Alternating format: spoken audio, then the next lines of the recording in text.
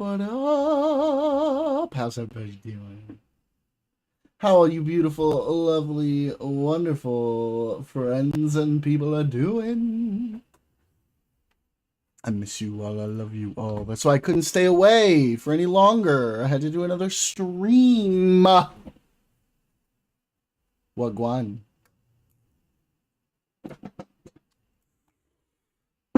Let's see what the fuck Tiny's up to. Oh, no, he just ended. Oh. That's too bad. Food shops, I'm assuming. Yep. Everybody going over there, and she's watching the...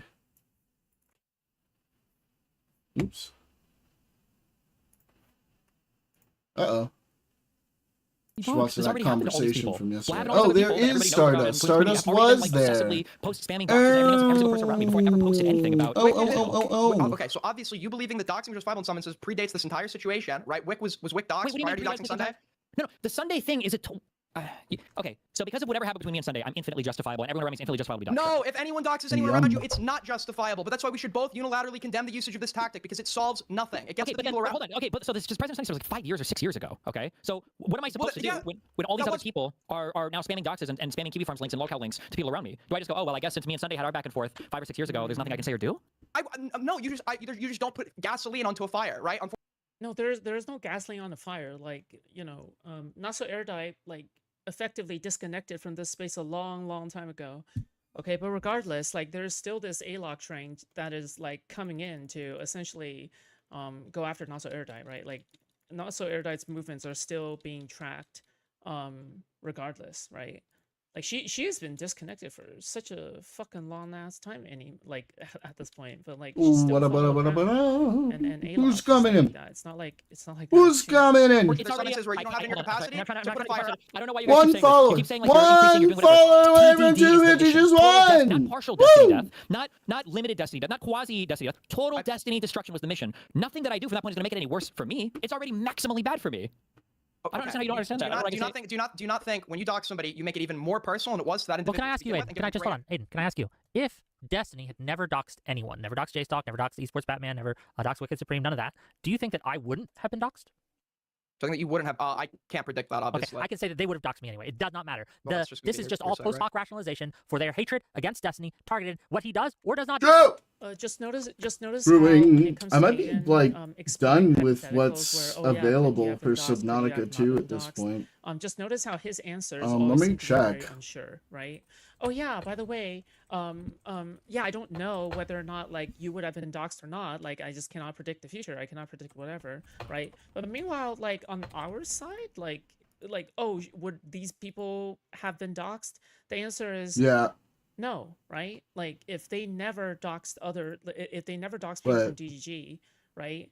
Then the snarkers wouldn't have been doxed themselves, right? I think that's a very easy thing to concede to. That's a very easy thing to say yes to. Oh, there's a little more. But notice how when you ask them the question, well, now it's all like, okay, well, I can't predict. There's a little bit more. I can't predict the future. I can't predict, because he knows what the answer is. The answer is yes, Wick would have been doxed anyway. That's the real answer, right? The real answer is they would have created any kind of justification for their actions, and yeah, Wick would have been doxed anyway, right? Yeah, it's pretty simple, I think. It's beside the point. They want to destroy him because they hate him, and they will use any excuse to try to justify that. But what should I play after? It does not matter what he does. They're going to come after him. I can tell you 100%, right? 100% certainty that if he had not doxed anyone, I would still have been targeted and doxed. Can I just run through some questions really quick here? I won't take too long at all. So I sent you a couple of screenshots, Wick. You can see how, yes, you can see how long Queeman has been obsessed with me. It has been since 2022, at least. These are, this is basically an old editor of mine who I ended up falling out with eventually, telling me to not do a... Boots is in the screenshot. I believe that Boots is DK's girlfriend. DK is Chillogic's DK. What up, Mohammed? Donkey Kong. Boots is I just played through that new Donkey Kong game on Switch too. It was pretty fucking good. And everything that Lavloon is feels like a copy and paste of Boots. All right. because I'm sure that like I don't know, like I feel like Boots was like the original Lavloon before she exited the space entirely. Like, yeah, but yeah. A lot of history there. A lot of history there. That's for sure. Panel with Queeman, I asked why. She said that he's trying to get a giant dunk on you. Later on in the same chat, you can see the second message there, where it's just her, and this is back when Spicy Chat was relatively new. But basically, it was just every time Queeman's mentioned me in Spicy Chat, I think it was like 90 some times, and again, it was relatively a new Only chat. 90 times? 98. Oh, is this Boots helping Stardust? Wait, is she a turncoat? Oh, it's live. Wait, is she a turncoat now? The girlfriend of Chillogic's editor? I remember she was an unhinged snarker. Like an absolutely deranged anti-fan. Oh. Doubt it? Yeah, I don't think so either, because she was greatly mentally ill, but yeah. It's not being a turncoat, it's just that women in these spaces can only support each other in private. Okay.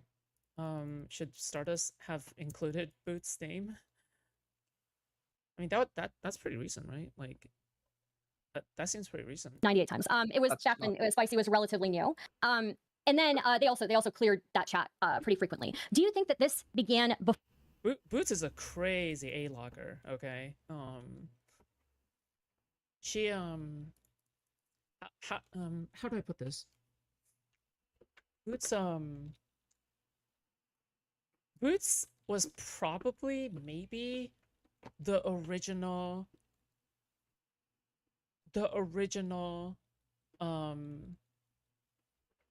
Lauren De Laguna A-logger. Yeah. It's that crazy, okay?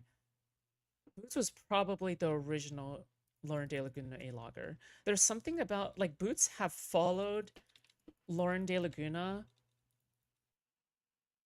and hated her. What sound effect? Is it like echoey or something? Way before any of this. Like years and years and years and years and years, yeah. Before or after my conversation with Jalen? Probably was before. Like if there's anything she dedicated her life mission to, it's A-logging Lauren De Laguna. You know what? Base Boots, okay? In retrospect, Base Boots, right? For that, I'd imagine there were other gripes that existed with you. I don't know what specifically his gripes, like, I don't know the exact reason. Why does he have to have a gripe with her? Why the fuck? Why the fuck not? Lauren has lied throughout her entire life. She has also levied, like, false essay allegations her entire life. So Boots probably used that as justification to... No, that's so... She is watching Oh, I mean, a YouTube video. Not to Boots, okay? Specifically, why can't he just hate her? Wait, of a prior debate and conversation. Wait, is Boots still together with DK? Is Boots still together with DK?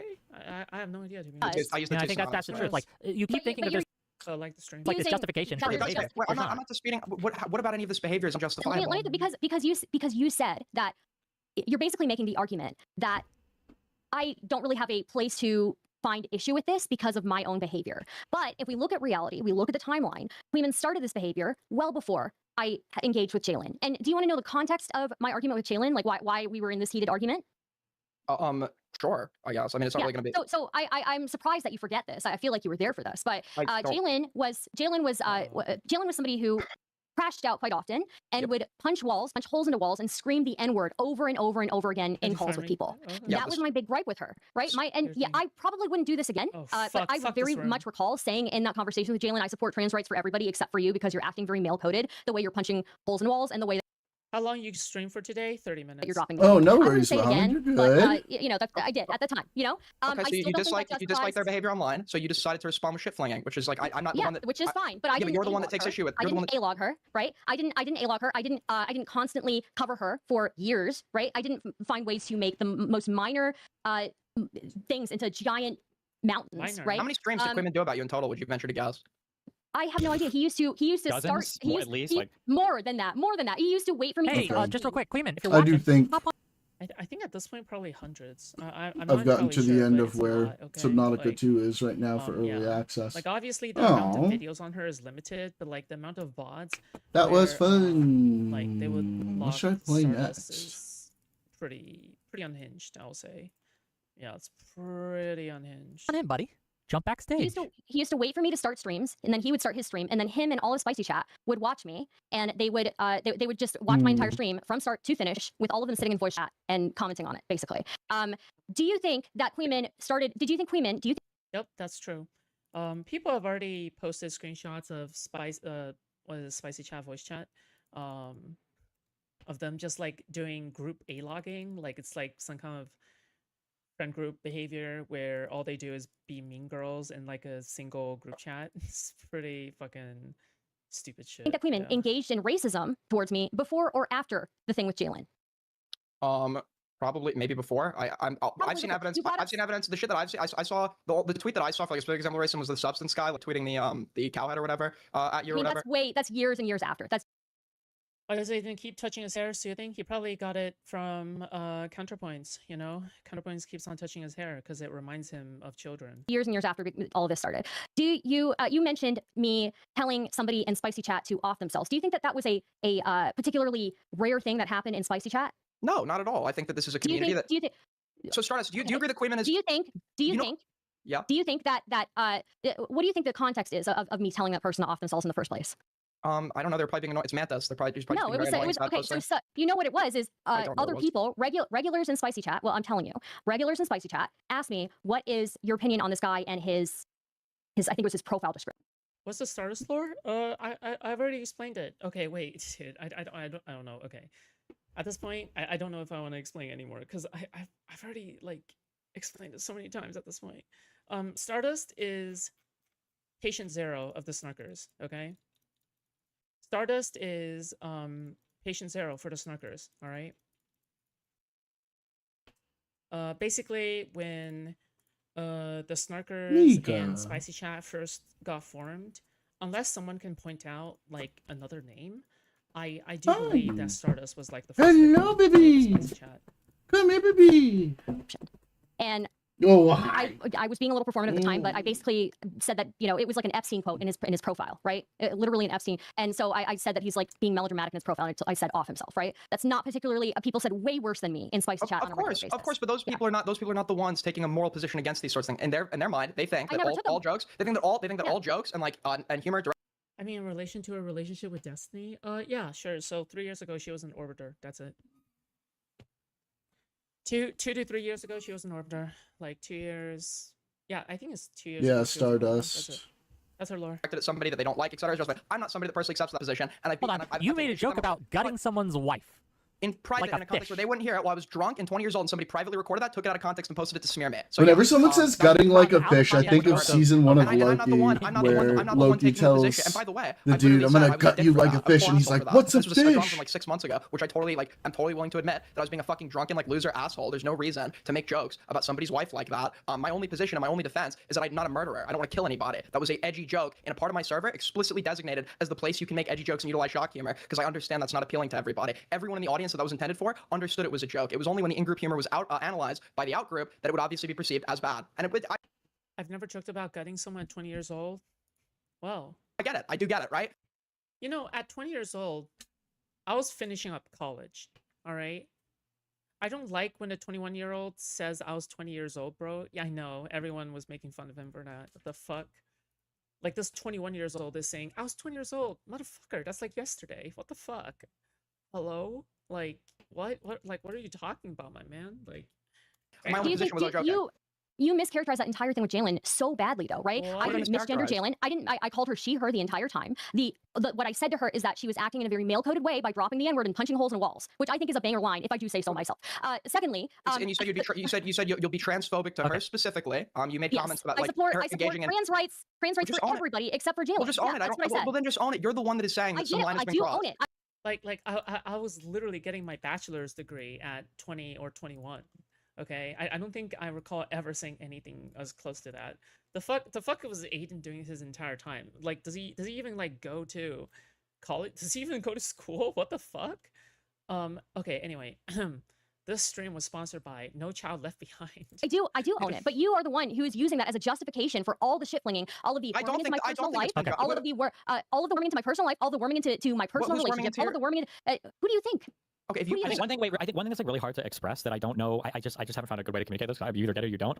I'm gonna guess here. Stardust doesn't give a fuck if somebody says something, even incredibly mean or racist or whatever about her or personal about her. It's this, and I feel the same. It's the months and months and years of not just the coverage, but the active participation in and the active like subversion and digging and like this is the thing where it's like holy fuck. Just real quick, the way I think about it, it's not even the words. Let me just say my thing here, Say your thing please. quickly. Okay, because everybody's talking over me. Okay, and I waited very long. Okay, so I will say I have dealt with hate raids from neo-Nazis, from groypers. I have dealt with brigading on all platforms from neo-Nazis over the years. I have never been doxxed by them. I also, random racism is something that I see on a regular basis. Destiny is correct. Like on an individual basis, you kind of just, you're used to the internet. You kind of like just let it roll off of you, right? It is the dedicated, hyper-focused racism, constant dehumanization of you, the constant justification of everybody being horrible to you. The way that they turned it into a part of their culture where people who don't even know me, chatters who don't even know me, are saying the most insane, deranged shit. Like I'm not even a human being. I'm not even a human being anymore to these people. Well, but from my perspective, and it's also because specifics aren't being laid out to you. Oh, hey, it's loud. In regards to the person that doxed you, I think that's disgusting, right? Whoever did that, I don't know who did that, unironically. But it seems to me, like when I hear you complain about these things, it sounds like somebody who's. You think there's a good comparison to make between snarkers and the weirdness in idol fandoms in Korea and Japan? From what I believe, the word anti-fan originally came from the way that people go after K-pop people. So every single K-pop idol has their own like rabid fan base, but I believe that they also have their rabid anti-fan base. And yeah, with both extremes come like the flipping of extremes, right? So I believe like the anti-fans of K-pop idols are so extreme to the point where Connection they keeps go and getting shitty. Who's in here? they go and try to poison the K-pop idols. Like they will actually go out to attempt murder. Who's lurking? I the see you K-pop lurkers. It's pretty fucking insane, right? And I think that's where the term comes from. If you're in here and lurking, that is pretty much just a wave hi. You don't comparison, have to say actually, anything. yes. Yeah. Just say hi. Pretty much a one-to-one comparison. That never works. Yeah, because that's literally where the term came from. It's their obsessiveness of destroying this person's life and pretending that you're moral and justified for it, like a witch hunt, right? Yeah. Like stepped into the kitchen and is like upset that it's hot. Like a rabid French Revolution mob with the guillotines, right? That's or they can't hold the heat. For example, Queeman, has done that. Queeman can be really like mean or whatever, right? He's done it to me. Details of like a private sexual encounter I had got. It's not. I don't think you understand. It's not about the being comparable. mean. It's not. Yeah. It's the the years coordination. of obsessive coverage. It's it's like driving. It's okay, right? Everyone drives. Driving's legal. But when you got 10 guys driving in different cars, boxing you in, that legitimate action of driving becomes something that is illegitimate. So the problem is the coordination not allowed to breathe and in the the space, consistent basically. application of it. It's not just one instance. It's multiple instances over extreme periods of time that does not stop and does not let up. And it changes every the nature of the single day behavior. For years, every single day for years, where everybody has normalized it to treat me like a punching bag. Say whatever you want about me. Call me ugly, fat, disgusting, gross, Ajit, Pajit, whatever you want to say about me, right? I've heard it all. But it is the dedicated, constant focus on me, intense focus on me. I literally cannot breathe without somebody finding an issue with the way that I did it. Without somebody finding, and then it's just extended over years of time. I wasn't hearing any of these people, like I admit that people would talk about you, make fun of you. It literally, I remember explicitly, it died down for a long time. And then it was after you like, Thou started shalt going on stream not and be making comments, like abolished. 50% of men have probably like shared like sexually images of women without their consent, that all of a sudden everybody was interested in talking about you again. What did I say? 50%? Did I say? Yes, I don't care about people 50%. talking You said about me. 50%. That was exactly Did I what say you that? did. it doesn't matter, right? Like at the end of the day, it doesn't matter, right? They're like even if Stardust did some heinous shit, how does this justify any of this, right? Like the way that they are making out her to be is as if she committed like first-degree murder, like live on stream, and tries to keep streaming through it. Like that feels like what the reaction is. But like what she's actually done is saying mean things, saying edgy things, going blood sports mode on people. That is what Stardust has done, right? Going blood sports mode on people warrants years and years of tracking, obsessive stalking, harassment. Kind of crazy, isn't it? Okay, I Can don't I ask care a real quick about. question on that? Why do you think they went after Stardust for that? Because that's like an absurd comment to make. I think it's Well, minimizing. no, wait. I think really hard about what I'm going to say. Why would they go after Stardust for that?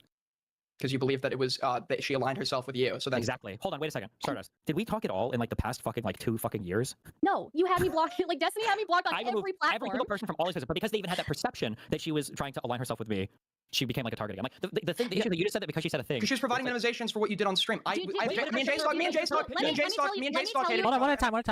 Let me tell you Quickly. what I actually said on stream. I said I do not believe a single dude in the snarker community, when they talk about caring about women, caring about victims, caring about the dissemination of private material, explicit sexual material without a woman's consent. I do not believe a single fucking one of them, because every single one of them has done it. Look at Mantis. They disseminated her private pictures, her sexually explicit pictures without her consent, and then they tried to. Yeah, during the Tom Snarkery show era, yeah. Tom Tint, the Tom line. Okay, glory to the Tom line. Pinpoint it directly to her, and when they couldn't get tomfoolery to do that, they brought on her ex-boyfriend to confirm that was her body in the picture. But before Pixie brought her lawsuit, what were they doing with her? They were sharing the media, and they were making fun of Pixie, and they were people in Spicy. They were making fun of Pixie when Pixie came and said, "I'm feeling suicidal about this." What did they do to her? Yeah, they made fun of her for being suicidal until she brought the lawsuit. Nobody gave a fuck in that community, and nobody in that community gives a fuck about women or victims or anything. How many? Okay, if you're in my audience Oh, right so now, this okay, is if why you're the listening to this snarkers went on after her. Video or live This stream, is what Candy was alright? telling me about. Oh, If you're a snarker and you're shit. having second thoughts, it's never too late. It's never too late to turn back, okay? Mhm. I've turned back, okay? I am an ex-snarker. Other people are ex-snarkers, okay? In my community, right? Don't ruin your life over this, okay?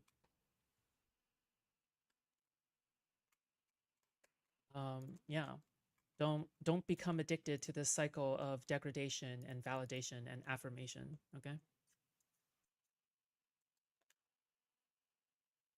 I can't do it, Foods. I can't learn the lore of yet another drama era. I barely know where Iran is on the map, and we are at war with them. Huh? Is there a new drama thing? Them were cheering on doxers who were doxing Lav. I don't give a fuck. Outside. Every single one of you did that. Let me Every finish. single one of you. No, This is no. so funny to hear from anyone in this space. What I'm saying. Can you not? Stardust, you went. Dude, Lav just wants to be the center of everything. It's so cringe. I'm in an old drama era. Tom Tent. Oh yeah, well, you know, my knowledge is so widespread that you know, I know about Tom Tent as well, actually. Yeah. Over the hold on, stop, all of you, all of you, stop, all of you. You and both You're both, him. hold on, both of you, stop. Let me finish. Stop. Let me finish. I will. Yeah. I gotta get control of I the have it on my situation. Let's soundboard. start it. Be quick. Lav has some things to say, I guess. It's from one of my favorite Well, I mean, TV shows. It would make sense why I would know it, right? Because I was one of the snarkers involved. Yes. Sure do. Yeah. That is the full context of what I was saying. I wasn't defending Destiny. I was saying I don't give a fuck about the people in the snarker community because one, I've dealt with them for fucking Yeah, of course years, I would know. okay? And the recent stuff with them targeting me, I don't give a fuck. That was, you know, whatever. I entered it. But back then when they started, I did not do anything. I wanted to be left alone, right? Okay, thank you. But the full context of that is me. Consult the Snarchives.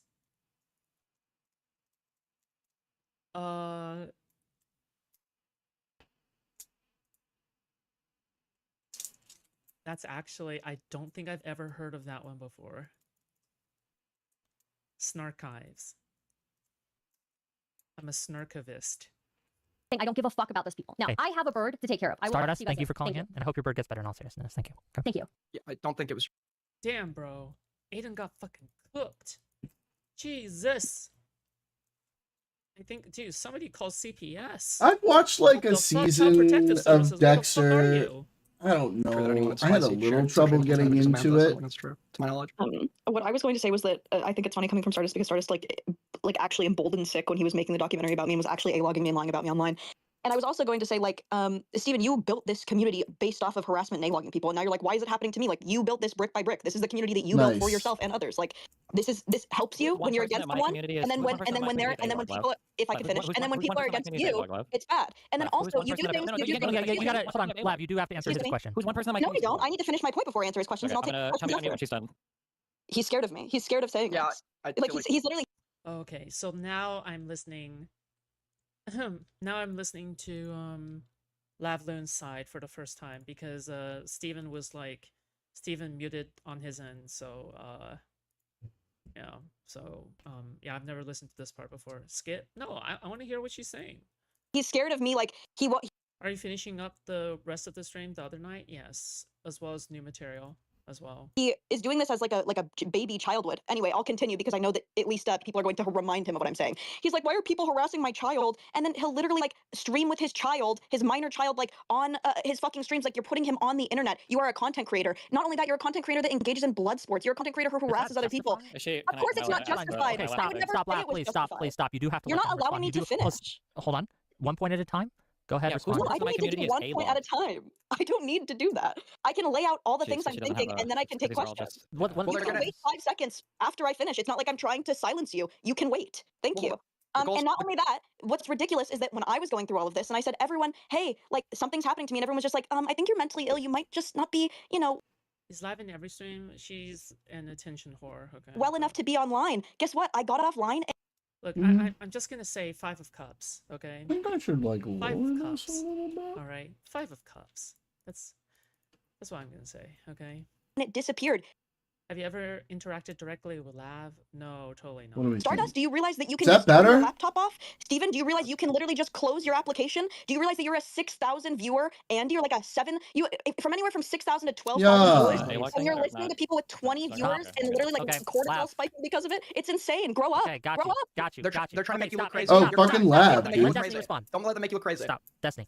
Go ahead. Okay, who is one person in my community has A-logged? Oh, you're gonna see my sexy Anna? What do you body. mean? What do you think A-logging means? It's quite Literally, like, followed her around, special. stalked her anytime she was online. Would I think that after Anna left the space,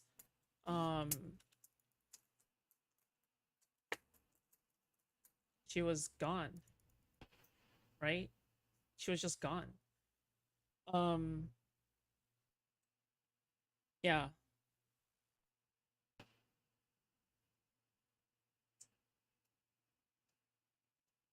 Nobody followed her. Nobody followed her. No, there's no DGGers who followed her after she was gone. But do you know? But do you know who follows people after they're gone? The anti-fans. They follow Nasa Airtight. Community? No. Oh, you've got to be joking, Steven. You've got to be joking. It's gonna be these people. Their brain You've got locked got in like to be 2020 or whatever. I don't think believes she's you. just like Arrested Development. Nobody believes you. Everyone saw it. If you want to say that somebody A-logs, Also, like, just to be very frank. You like the T-shirt? Okay. It's the I just wanna say that Ripperino Logic T-shirt. It's a contributed to Destiny. the, It's Destiny merch. Mr. Girl, Lav Loon arc. Okay. I believe like Lav probably still hates Chillogic to this day. Just simply because like Chillogic, you can literally go back. Chillogic contributed to that. Chillogic also like A-logged and tracked down Lav, right? And that kind of almost formed the basis of What? his community almost. I'll tell you what's written in it.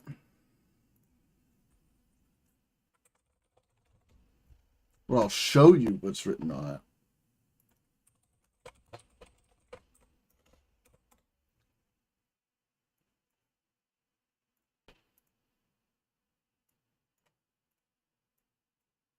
Be careful, guys. Ripperino, cappuccino, puppuccino, hoppuccino, moppuccino, cappuccino, cappuccino, appuccino, alpuccino, my dudes.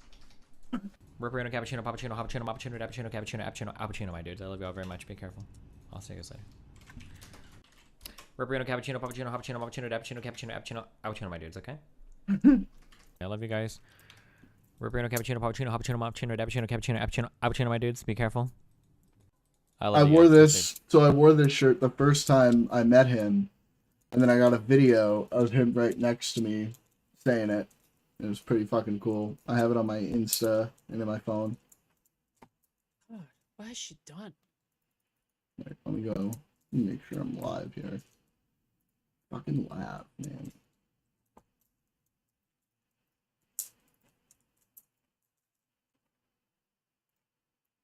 Kind of funny. It's kind of funny, like hearing her talk about how she has moved on. Yeah. Meanwhile, like she's here still, like arguing with Steven, half flirty, half snarking. Many years later, like some things just never change, right? It's like a two forces of nature, two gods battling it No, out. Ripperino, Cappuccino, infinitely, right? Like, Mappuccino, it's just two gods battling out Cappuccino, infinitely Al before, Pacino, my okay? dude. I don't Two know it forces of nature. exactly. There must always I be haven't a tried to destiny, and there memorize must it, but always that's be a like kind of the Lavloon, thing that he okay? says. If there is destiny and no Lavloon, destiny will overpower everything. If there is Lav and no destiny, then Lav will overpower everything. Okay, there must be balance. Okay. Record, right, my community didn't A-log Anna. That's crazy. All talk about Anna was Yin banned in my and community yang like type on and off for shit. about a year. The issue with Anna, I don't know. I guess everybody just like deleted this from their brains, and I take partial responsibility for this because I should have leaned into it harder. But Anna was going live on her Twitch stream every single day to talk about either me or to talk about comments that she saw about her. There are times where I would delete. Irresistible force meets immovable object. You mean like unstoppable force? I'm pretty sure that's the pretty sure that's the saying. But I would rather I think the Twitch poll version of that is the 15 meets 2. Every single thread, anything that was ever posted on my subreddit, I would delete about her.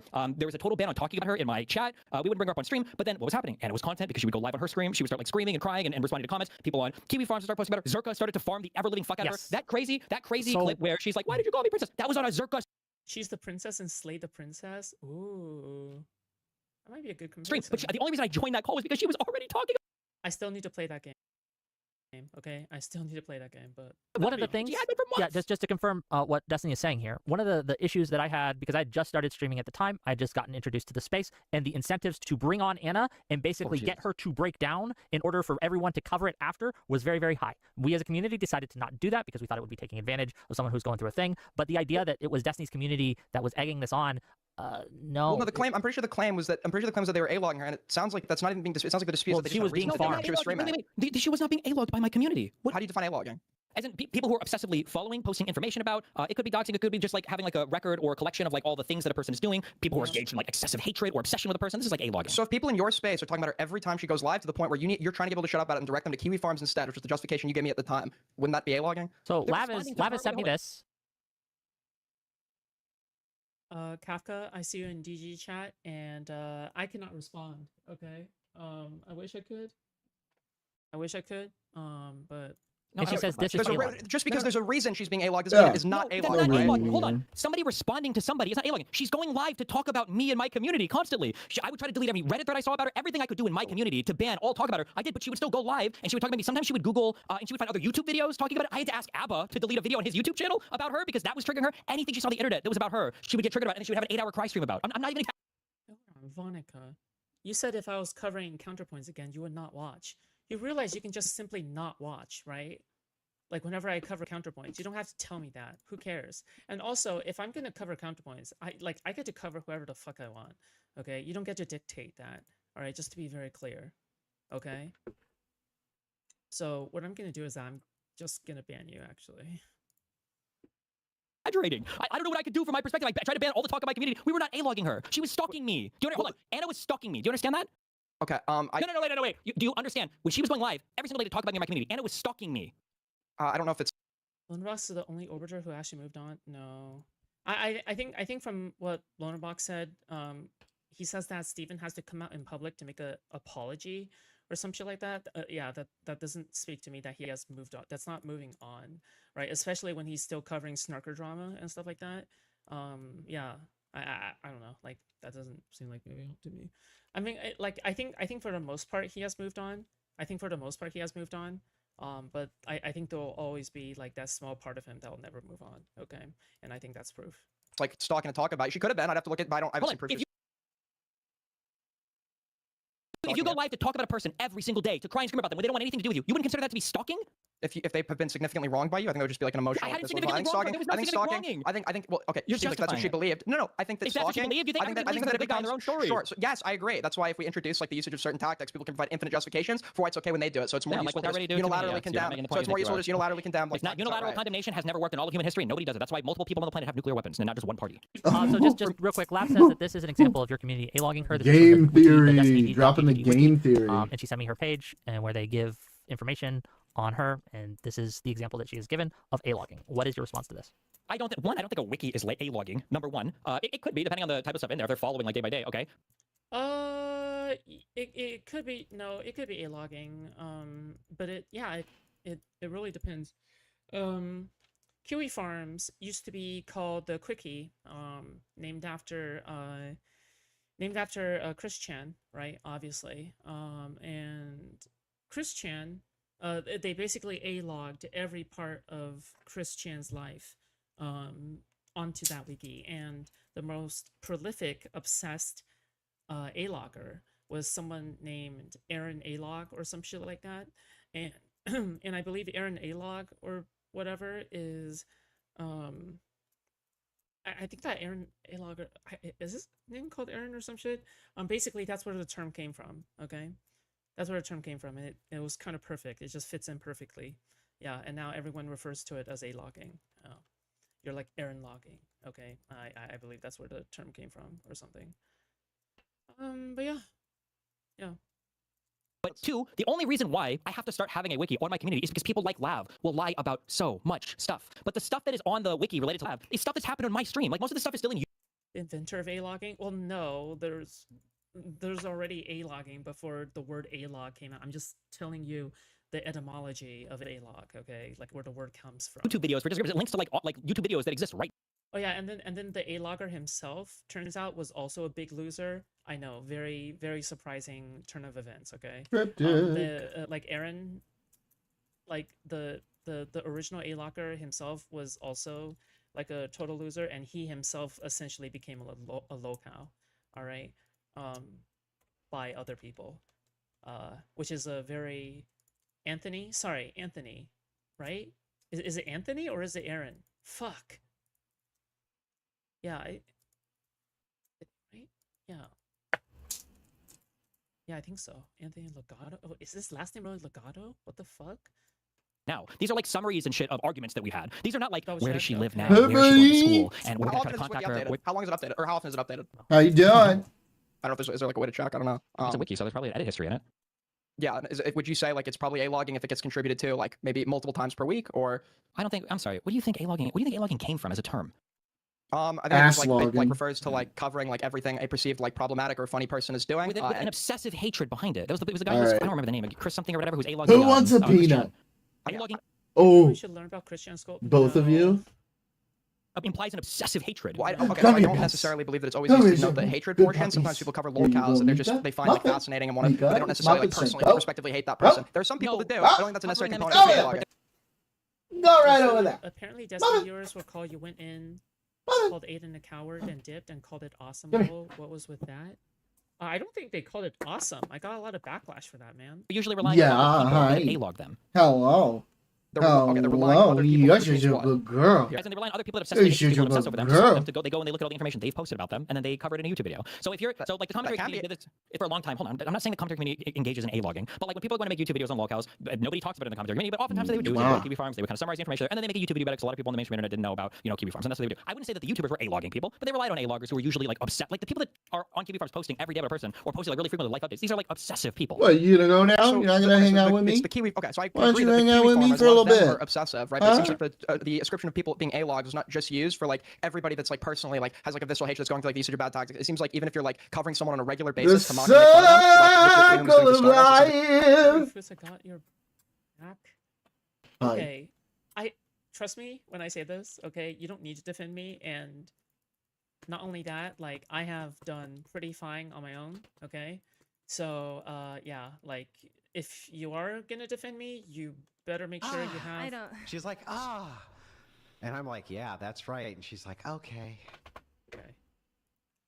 Thanks for the 100 DKK. Thanks. Like one thing I'll say is, just be careful. Like it's better for you to not defend me if you're gonna lose the debate. Okay. Like that's one thing I'll say. I appreciate the intention. Okay, I appreciate the intention, but like it actually brings more harm to me if like you lose a confrontation or something. Okay, yeah. That was described as A-logging. Sure, because they were obsessively every day. Yeah, it was an obsessive hatred. Yeah, so like tracking and follow. Yes. So if the distinguishing factor that would make it A-logging versus not A-logging is like the obsessive factor, which would be a large quantity and frequency of coverage, then it seems like if Labs keep or if Labs is that why you don't like Radiant? I don't know what's going on there. I think his defending of me hopefully he's not doing it anymore. But like his defending of me, like, just kind of became overly obsessive. I think like maybe he's formed some kind of like mental health thing with his like defense of me. Like he just cannot stop defending me. Basically, more like I think it's become kind of like a compulsion for him at this point.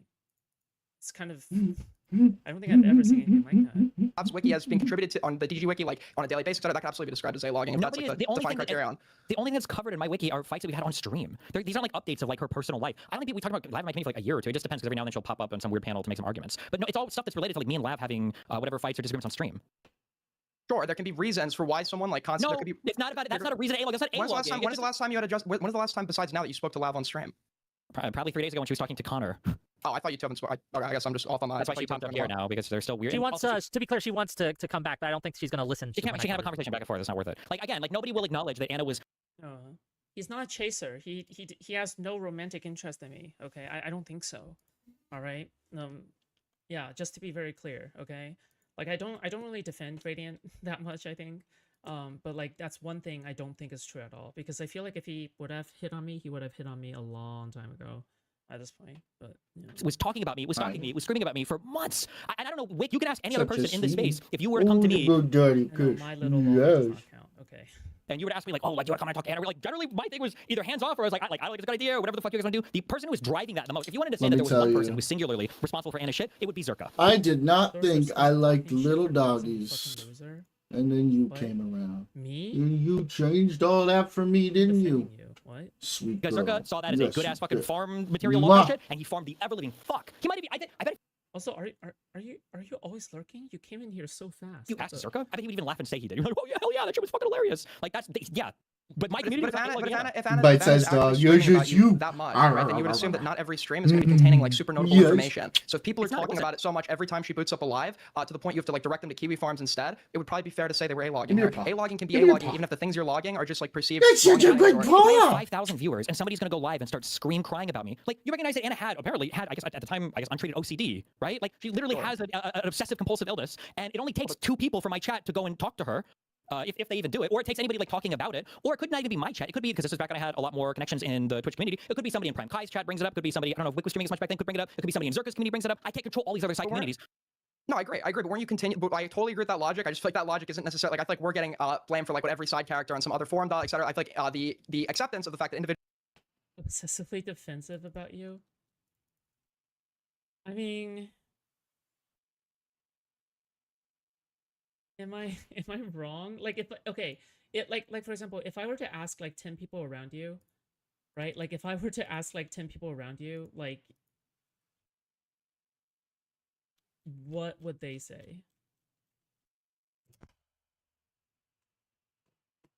Like are responsible for the acts in which they have control over is like applied to your side. I was taking every step I could to make people not talk about her. These other people sit by and facilitate it. One of the times I cut Zerka off for like a year was because he would keep farming Anna and he wouldn't stop doing it. But I can't control every other chat. I can't control every other forum. All I can control are the communities that I have where I can ban the talk of her. But I can't control. Totally agree.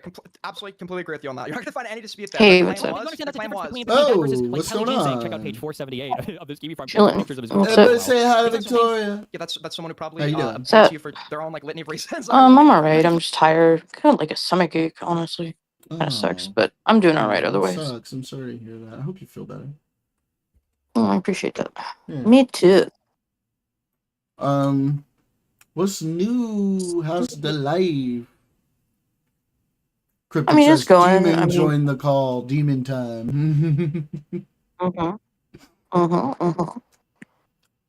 Like the nicest demon if you are on her good side, though.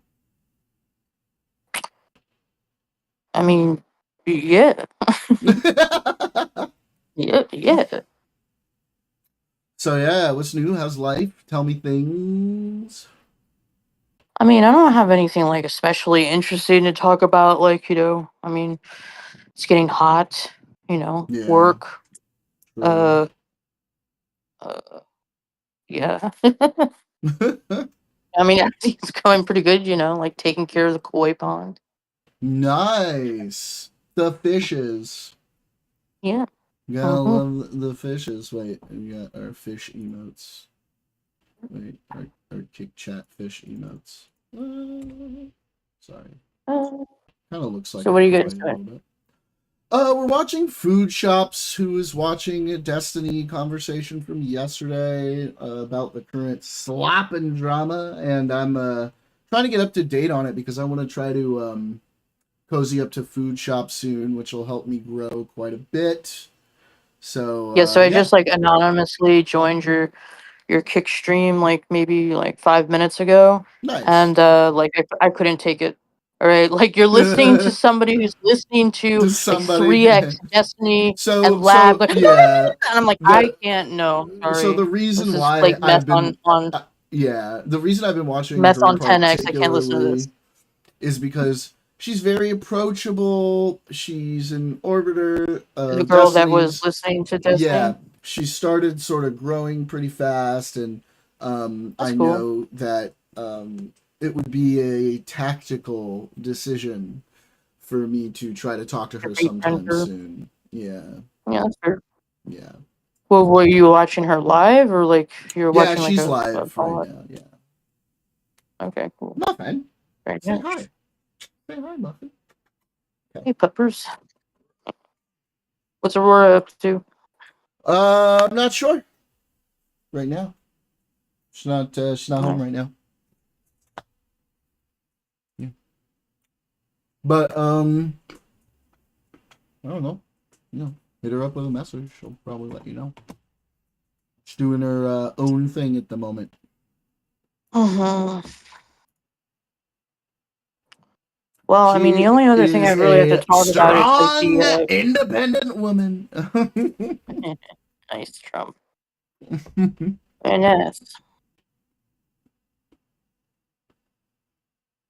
I mean, the only other thing I would have to say really is like, your implosions in your in your own server.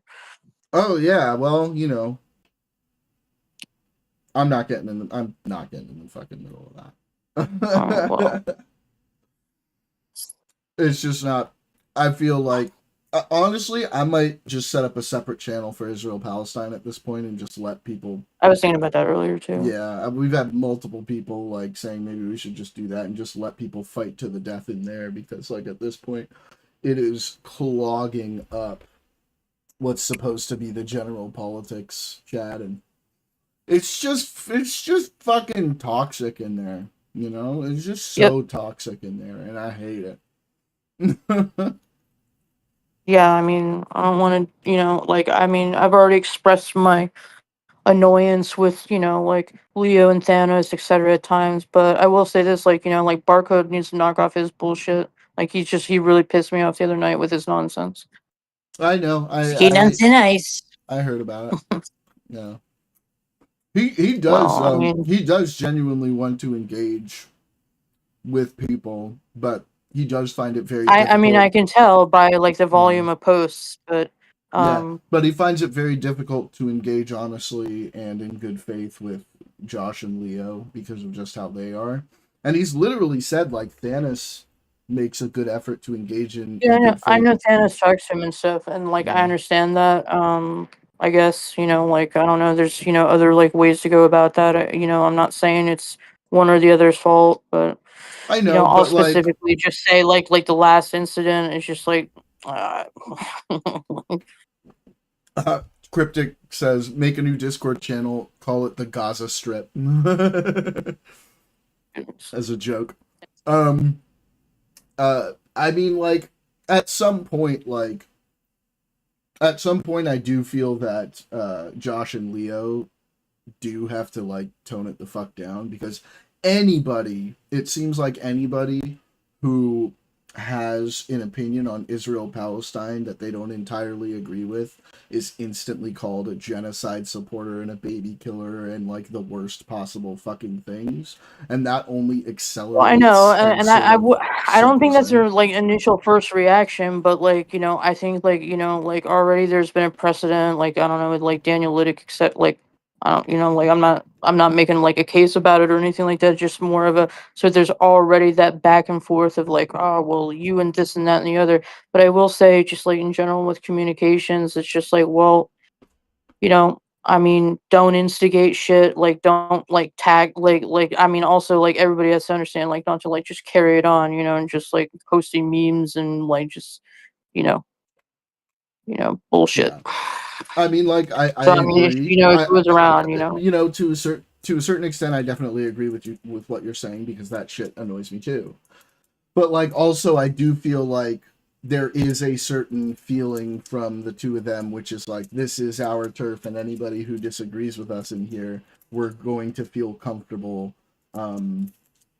ad homing very aggressively, and I don't think that should be encouraged either. No, I agree, but like I said, it also applies to everybody. I don't think they just think they it just does, come out yeah. immediately swinging. Like I think it, like I said, I mean, there's just not really a lot of people in there right now. Yeah. I mean, like I said, I can just refer to my case, which is like if I tell you like something is incorrect, and then you tell me multiple times that I'm wrong and it's correct, and then you intentionally post something that's like clipped in a certain way that's just fucking incorrect. So, That's a nice way to put it. I was watching that discussion, right? And like I saw, I agree. I can talk about I it's not agreed about with me you based on my on communication, what you were saying. Hang on. I'm just saying, like, yeah, I wouldn't like shit down your throat about that kind of So thing. when I was like talking about it on stream, I agreed with you in what you were saying, right? Because I was like, well, it does appear like the thing that posted, the way that was posted wasn't like exactly what Clinton was saying. Not even exactly. It's like not what he said, dude. Right. It was 100%. If I go back and post and I quote it for you, let me just finish what I was saying. Let me just finish what I was saying. He held very strongly that he had never denied that outright. I guess that was his position, but I think he just felt like rather than being able to have the conversation with you, the position was that there was sort of like an immediate, you're being a disingenuous prick, which of course I can see like how it would look that way, if especially after the way things go in there in general. But like, yeah, I think he does desperately want to have like real actual conversations with people, even if he is posting I think he does that's too. not true. I'm just saying, like, yeah, like I don't, like I don't like responding like that in particular, just piss me the fuck off. But so we can talk about communication in general. That's all I'm really saying about that. We can move on from it. But like I mean, like maybe I was telling him in here as that was going. I don't know if Barcode's in the chat right now and watching, but he can vouch for this. I was telling him, I was like, you be fucking nice, man. Be nice. Because I was like, I don't want to get into like a fight with anybody about this. Like, everybody here is a fucking adult, right? Let's be nice. And I trust you as my mod, right? So I'm not gonna like attack anybody, but like if I tell you, it's just like no, like they directly didn't say this. Like, can you tell me 3 more times that they did? It's just like, come on, dude. So that's really fine. all it is. Yeah. And like as usual, like you and I, like if we're gonna have like a talk about like TOS or anything like that, I always appreciate the fact that we do that outside of the conversations, because Well, that's what I didn't say. Like administrative matters or like handling like directions, like probably an offline conversation. But I would just say like this is server drama. This is good content. Okay, so we like that. Well, I know that's how you think about it in your Jew brain, but.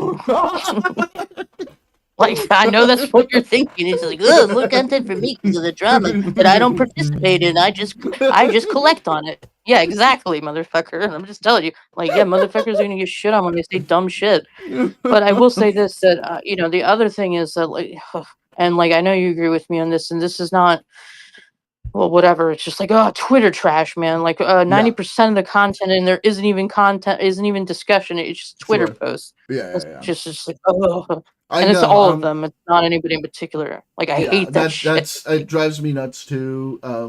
I don't consider that to be like a form of debate in good faith. I will look at like most of the conversation will be like somebody posts a Twitter thing, and then someone posts a responding Twitter thing. Yeah. Yeah, exactly, and it's just that, and I'm just like, I hate this. Like, I hate this so much. Muhammad says, so like as far as anybody wanting productive conversation, it's just like, yeah, can't be responding with Twitters and memes, and that's for all of 4 people that participate. Jesus. I really want to. Where's that maggot Daniel? Where's he been? He's living his real life. You know, he's having a real life. Oh yeah, living it, Daniel living large. unlike the rest of us degenerates, you know. I imagine how mad Josh initially got when I like told him, I'm like, well, let me ask you a question. And it was a serious question. I was like, is Daniel not living large? Like, is Daniel not living life? Yeah, like, that was a he serious is. statement I made. I'm like, Exactly, honestly, out of all Muhammad, of us, I'm touching the like, grass, he's yeah. out doing shit. I mean, you know, like, you may not like him or his politics or what. I mean, it doesn't really matter. I'm like, out of all of us, I'm like, well, he actually does shit and he's like in shape or whatever and, you know, has a job Yeah. and such. Yeah. You know, so I'm like, is he not living large? I don't know. You know, came in his suitcase from, you know, trashy Orlando, and then like I don't know, he's doing stuff. So good for him. Well, no, he's here in LA. But I he has the haven't most seen him in a American. minute. He has the I need most to hit him Daniel up. Daniel name ever. Like he has the most what's Captain America name ever. His real name. I need to like see what he's up like, to. yeah, when he accidentally doxed I need to I'm like, oh my god, your name is the most American pie name. I need to hang out with him like IRL because I haven't seen him in a minute and I miss him. He's good. He's a good dude. Like he's a good bro, you know. Like Daniel. Yeah, he's a Trump guy, but like he's like chill guy. I do always have to Yeah, like and he's getting every into time I like, you know, see him, like, religion. yeah, every time I see him, I you know, we end up arguing about conspiracies, but like you know, it's kind of fun, right? Like it's fun for me. I think he's a good dude, you know. He has his flaws, of course. Well, but he's also like a oh, good I'm friend. free speech, cunt. Yeah, oh my goodness. he is like, I will say at the end of the day, the thing I value the most about him is that he's like genuinely a good friend and like he cares about his friends, and that's really cool thing. Yeah. Yeah. That's the sign of a good person, you know. Cares about his friends, makes them feel wanted and seen. I, on the other hand, am terrible at that because I have ADHD, and so there's like a level of object impermanence. I mean, like, if I you're have not in front of me, you extroversion and don't like exist. sociability, but it is more taxing than I think maybe it is for the, you know, I don't know. Also, I've just been lazy. No. And it's especially hard, you know, without the meds. Been without the meds for a few days. That's not fun, you know. Brain's a mess. Yeah. Yeah. But I'm gonna be starting therapy next week. What, like a talk therapy? Yeah. Cool, that's nice. Yeah, I already scheduled my first session. I'm very excited. You know, someone's gonna crack open to help this... you manage like ADHD, or like is there just specific... life, ADHD, everything, right? So we're gonna have someone crack open this noggin and fucking gasp and scream and, you know, normally run away, but because they're a therapist, they'll be like, "Oh my god, this guy's a fucking gold mine. I'm gonna be able to retire off of this."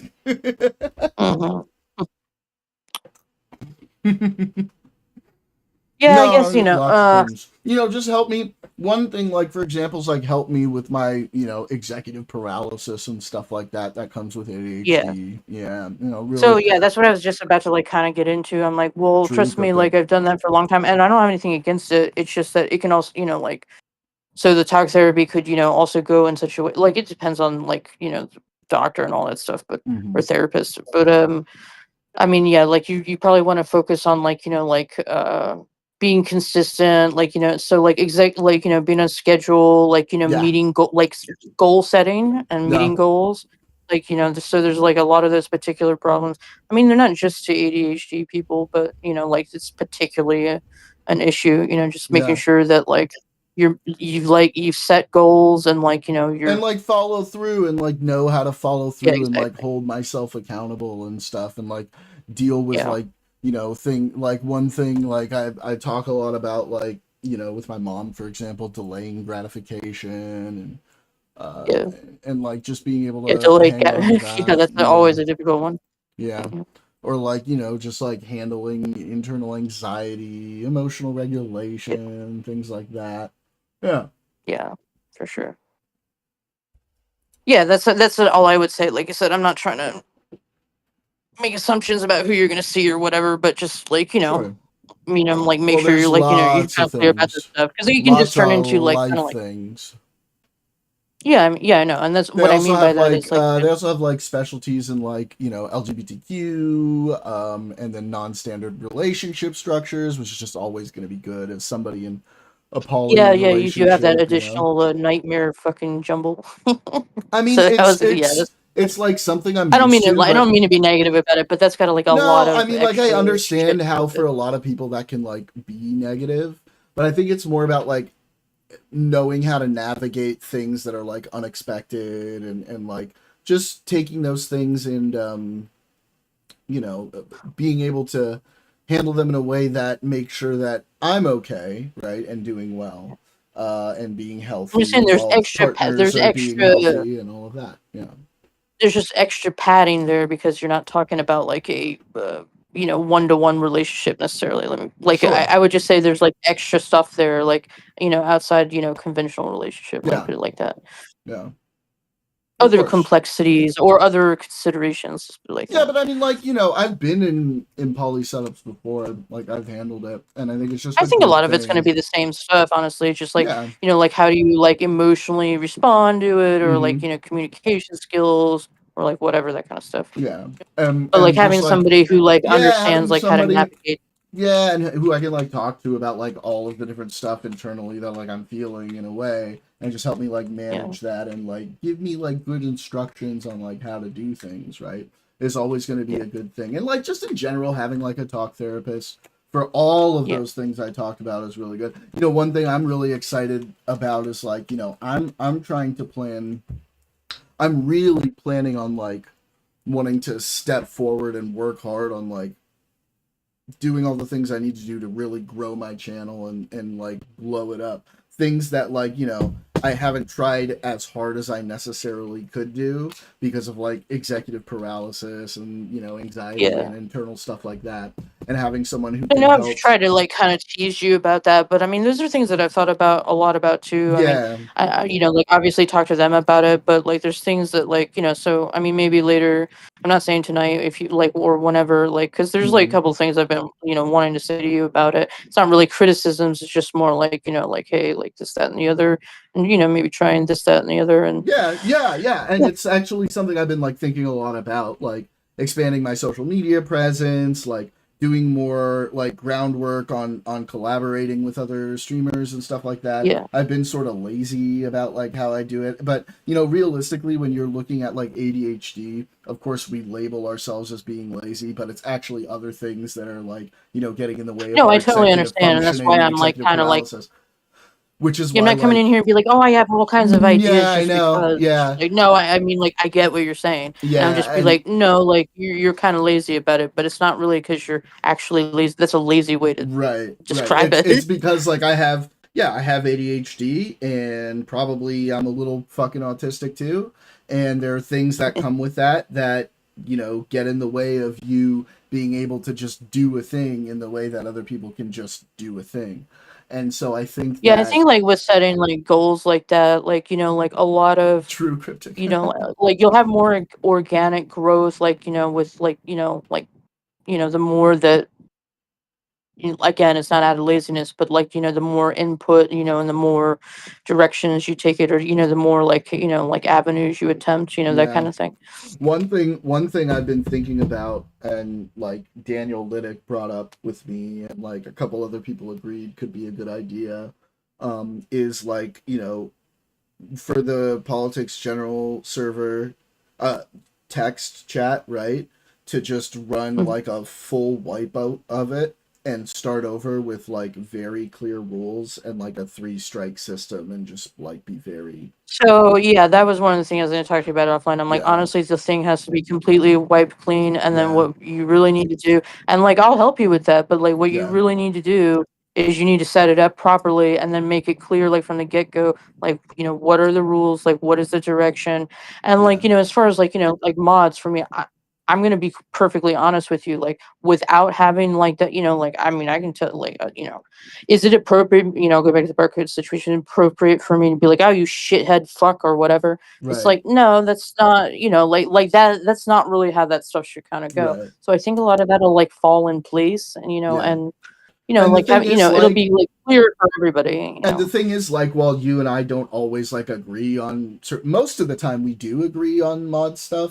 I mean, sometimes we have like little disagreements. At the end of the day, like, you are probably like the mod that I trust the most to like follow, like, But you the gotta rules set the we set and direction. You everything know what like I that. mean? Exactly, yeah. And I know whatever direction I set, you're gonna hold Like, to. I'm not. and I'm make going sure to that's be the ADD case, lazy about it too, and I'm like, I'm not like. What do you want me to do about Leo? Yeah. Like, So if we I have threw him like out of the really, server once. What do you yeah, want me to do? if we have like really clear, if I set really clear, strict rules about certain things, that makes it easier for you too to be like, okay, this violates this rule, you're out, or Yeah, you're you're timed just really out, or setting the direction in the yeah, direction of content, right? yeah. Because right now, politics general is just basically like Oh, it's it's a just a giant fucking text chat. mess. It's a fucking mess. I hate Well, it. I Like mean, I've had everybody it posts in muted. there, I've like, had it muted for ages because I don't even want to yeah. know what's going on in there. But I mean, my point is, we have different channels and categories and stuff like that. But like, basically, We should 95% of slim like some anything and everything is down. just posted Yeah. there. We should like, and we should sort of like, cut down on some of the stuff because there's a lot and we don't need all of it. Some of it can be consolidated. Yeah. Yeah. So I mean, but and as you know, like it require like I think you were doing this a little bit more at the get go. Unfortunately, like certain Jewish events, coincided. But I mean, honestly, like that, like I mean, if you think about it, like it was a transition from like Paul's server to over here. Yeah. Or was it Paul's? Yeah, like Yeah. and that just brought, and then those coinciding, real life events. Yeah. And just kind of been that mood like since then, Yeah, so sure. it's really kind of like setting like your participation and like and then more organic. I think like better, more fruitful conversations will come out of that. Where like things can be weeded out for just yeah, like bullshit, like just basically name calling and like crap. Yeah, I want less of that, certainly. So yeah. So like you said you're gonna see this therapist soon. Yeah, it's set for next week. I'm actually really excited. I have a lot to talk about.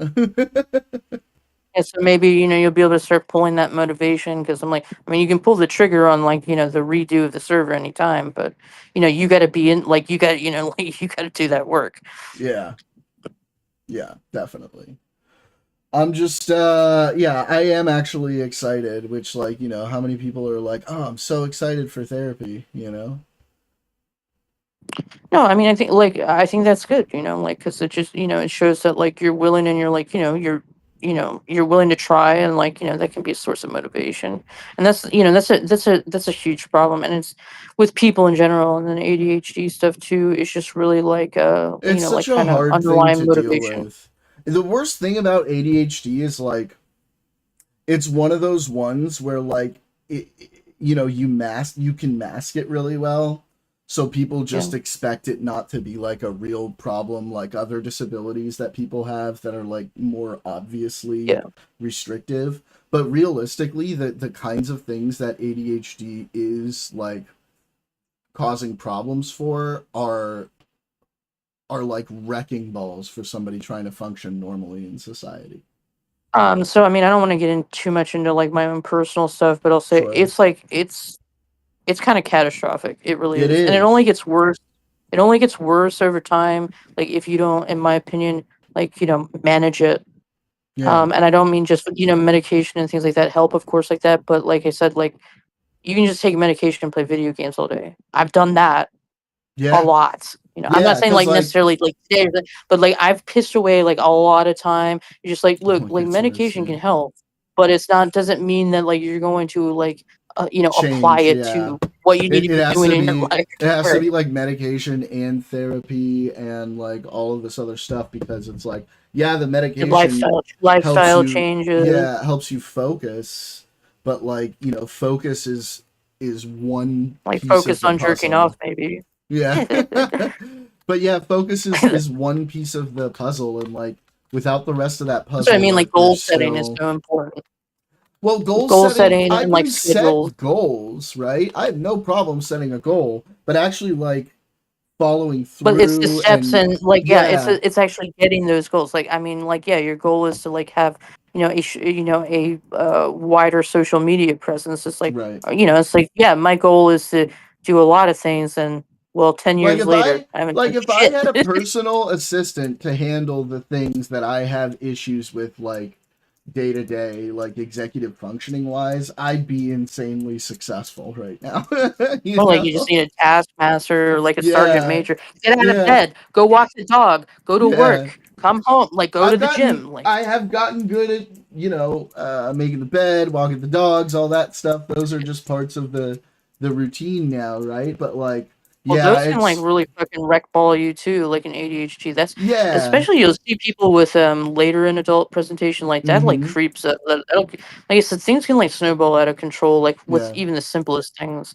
Yeah. I'm speaking from like experience and like what I've seen But like elsewhere. It's just also like once it becomes a habit, right? Then it's really easy to keep doing it. But like transitioning things into a habit or things that are like one-offs that aren't a habit is very yeah. difficult to do. In this country, you got to go to therapy first. Then when you get the therapist, you get the medication. Then when you get the medication, you get the women. Tony Montana. I mean that's more or less true. Yeah. And I guess if you do it out of that order, you're fucked. So I don't Yeah, like I know. mean, ADHD has these anxiety and depression components. Not to mention like the executive functioning like impairments. And again, like I think like like it'll just get worse and worse and worse. Like if you're just not addressing them or like Yeah. I don't know. And so yeah, it's like it's really helpful, and that's why I kind of started off with like you make sure when you see this therapist, like you're like, all right, like I need to get my shit together. Hold on. I'm changing my title of my stream, talking about ADHD. Wait. Why don't you hang on? Let me refresh.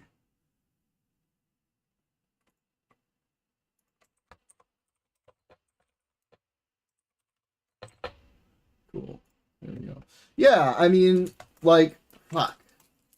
I wish, one of the things that is like, I think the hardest part is, I'll talk to people who like don't have ADHD or like, they're just way more executively functioning, and like, they'll talk about like how they get things done, and I'm just like, man, like I wish I could just do it so easily like that. And they're like, oh, just do it. And Completing it's like, tab, like trust me, yeah. yeah. And the thing is, it's like that's the thing that people think it's like willpower, right? It's like a willpower thing, and if you can't, you're just lazy. But like when you have ADHD, it's literally your brain doesn't possess the ability to regulate the chemicals that allow you to just do those things that you need to do, and so it makes everything like a million times more difficult, and people just don't seem to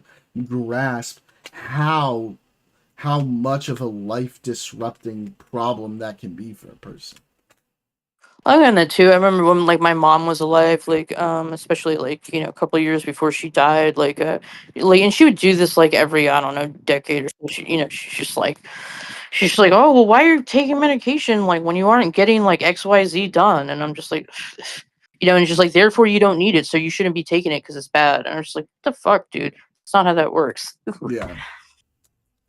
Yeah, it's So just like yeah, people can look at me like, well, why can't you get this done? And then they'll be like, oh, you just need to do X, and I'm like, no, it's not that I don't know how to do it. It's just like it's like I just saw like it's this not that I one can't do it. It's just I saw this it's one not. clip of like, I think it was like a well-known psychiatrist in the field of ADHD, like well-respected older guy, like boomer aged, maybe a little older, saying like people don't understand like the depth of how crippling having ADHD, like genuine ADHD, can be, and it actually needs to be shown as like a serious, like life preventing disability that people need to like be subsidized with you know, like with physical disabilities, because it is so crippling to a person that it can cause them to literally not be able to function within society in a way that allows them to like live and make Absolutely. money and survive.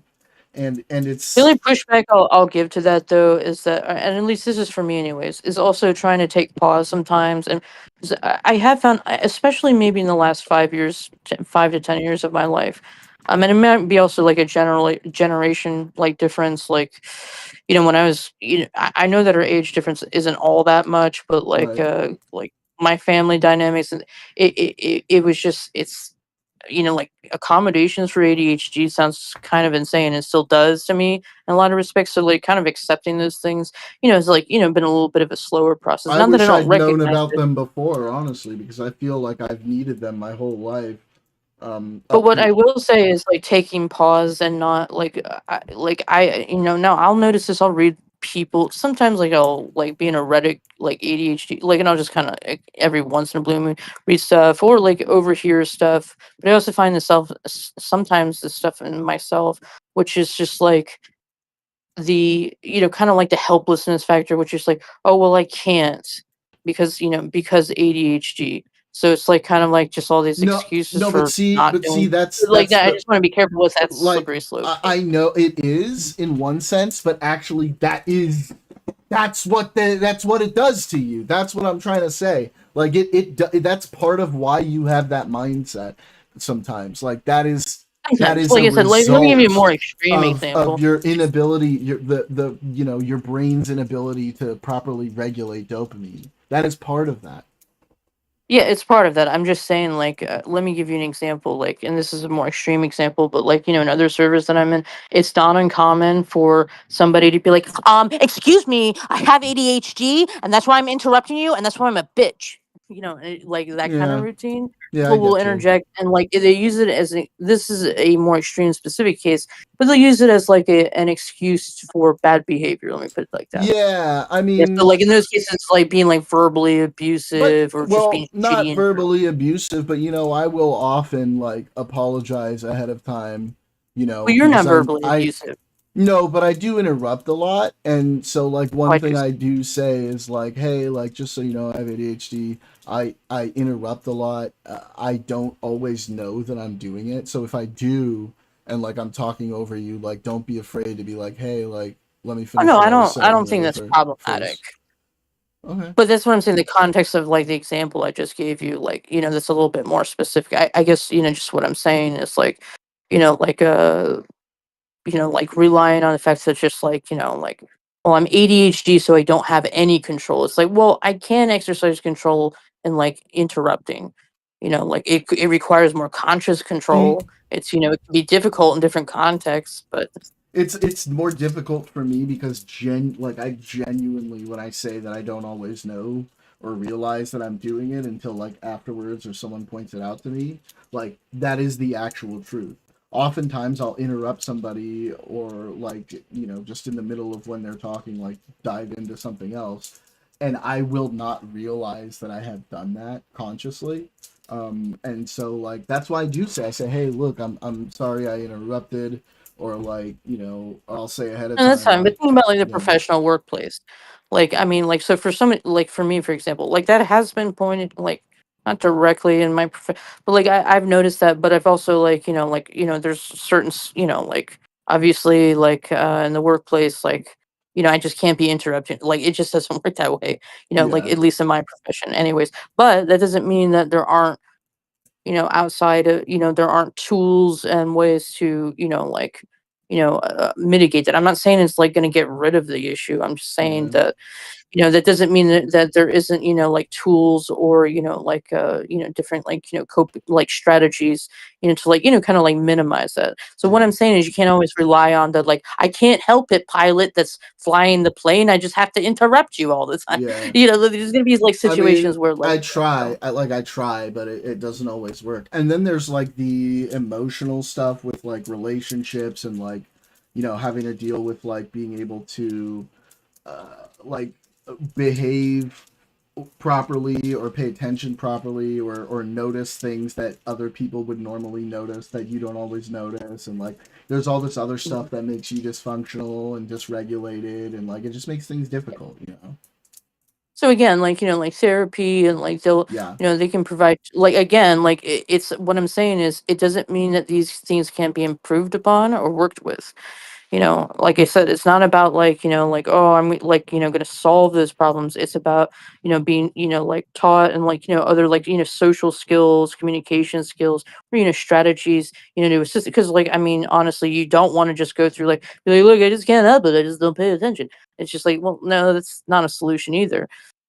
I'm not saying like, and there's, it's going to vary from person to person, but that's what, like therapy and like, other avenues, can like, give you the tools and, uh, education on, to, work with, Yeah.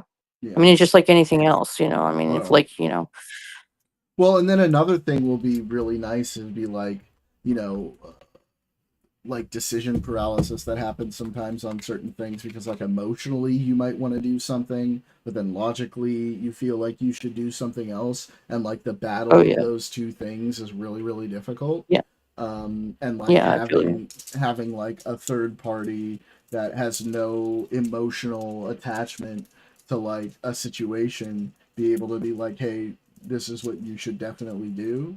And that's what I mean. Like they can help provide you maybe, with tools, again, holding yourself accountable, Right. like, other things that you can do to like, improve upon, those like, those kind of like deficiencies or like discrepancies. Yeah. Again, like it's not like it's like, oh, it's gonna like, there's tools to solve all these problems. I'm not saying that at all. Yeah, like But honestly, like I feel like ADHD itself needs to be like renamed because the name itself yeah. brings a certain sort of stigma and leads to like a lack of understanding of how serious it is, right? Because it's not just an attention deficit, right? It's so much more So, than like, that. there's actually in the medical community, like, that's actually something that's been complained about. So, it was like Yeah. ADD slash ADHD, and then like, they just decided, oh, we'll just do ADHD. It still is attached to the 90s stigma of like, oh, we must mean like 5-year-old boys that can't sit in their seat. It's like, so Mhm. that goes to the past, still exists. But like, kind of understanding, I like, think it like, needs to go like I think it needs to be like more severe, like like an executive functioning disorder or something like that. yeah, it's so all that's out there, but again, like, as far as like, what it is commonly thought of, like by people, it still, Yeah, it's has this like like ooh, a it's squirrel. still That's what they really think it targeted is. towards school age children, people under 17. So Mm-hmm. like, adult presentation is a lot different. Or it morphs and changes, and some Mm-hmm. things, aren't like immediately visible. So again, it's not like just a simple like, oh, like, like, oh, you feel like you're being driven by a motor and you can't sit still. Like, yeah, that's a diagnostic checklist, That's part of it. but that doesn't address like all the like, All the anxiety, problems and the suicide, yeah. like rate of death, increases, Oh, depression, and like rejection there's all sorts. sensitivity, for God's sake, that's crippling. Mhm. You know, Yeah. like RSD. And so many people with ADHD deal with that, including myself, and that's the kind of shit that'll stop you from like doing a lot, Yeah. you know? Like really. I can be pretty sensitive to that, but I've also noticed, like in my life, like that also seems to have coincided with. I mean, not all the time, but like on a more long term basis, like that also seems to coincide with really like my satisfaction in life satisfaction. Yeah, I can see that Like too, I mean, yeah. like sometimes like stopping and like asking yourself that's like some of those serious questions, like I never did. Yeah. Like I never really thought, it's like, like, and it's not surface like, are you satisfied with your life right now? It's like, that's an easy, you can easily answer it. That's not Bro, I what's have meant by that question. ADHD. I'm never satisfied. No, but I would imagine, like, oh, I want to be like, in a relationship, that doesn't have like, like where these pitfalls aren't occurring, or Sure. that I want to be a certain place in my career, or like, you know, my living situation, or, you know, like my physical health, or, you know, like all you know, like life things, you know. Yeah. Yeah. Like I can sit here and say I'm like, yeah, I'm doing good, and it's just like, is that really like, you know, what is that really?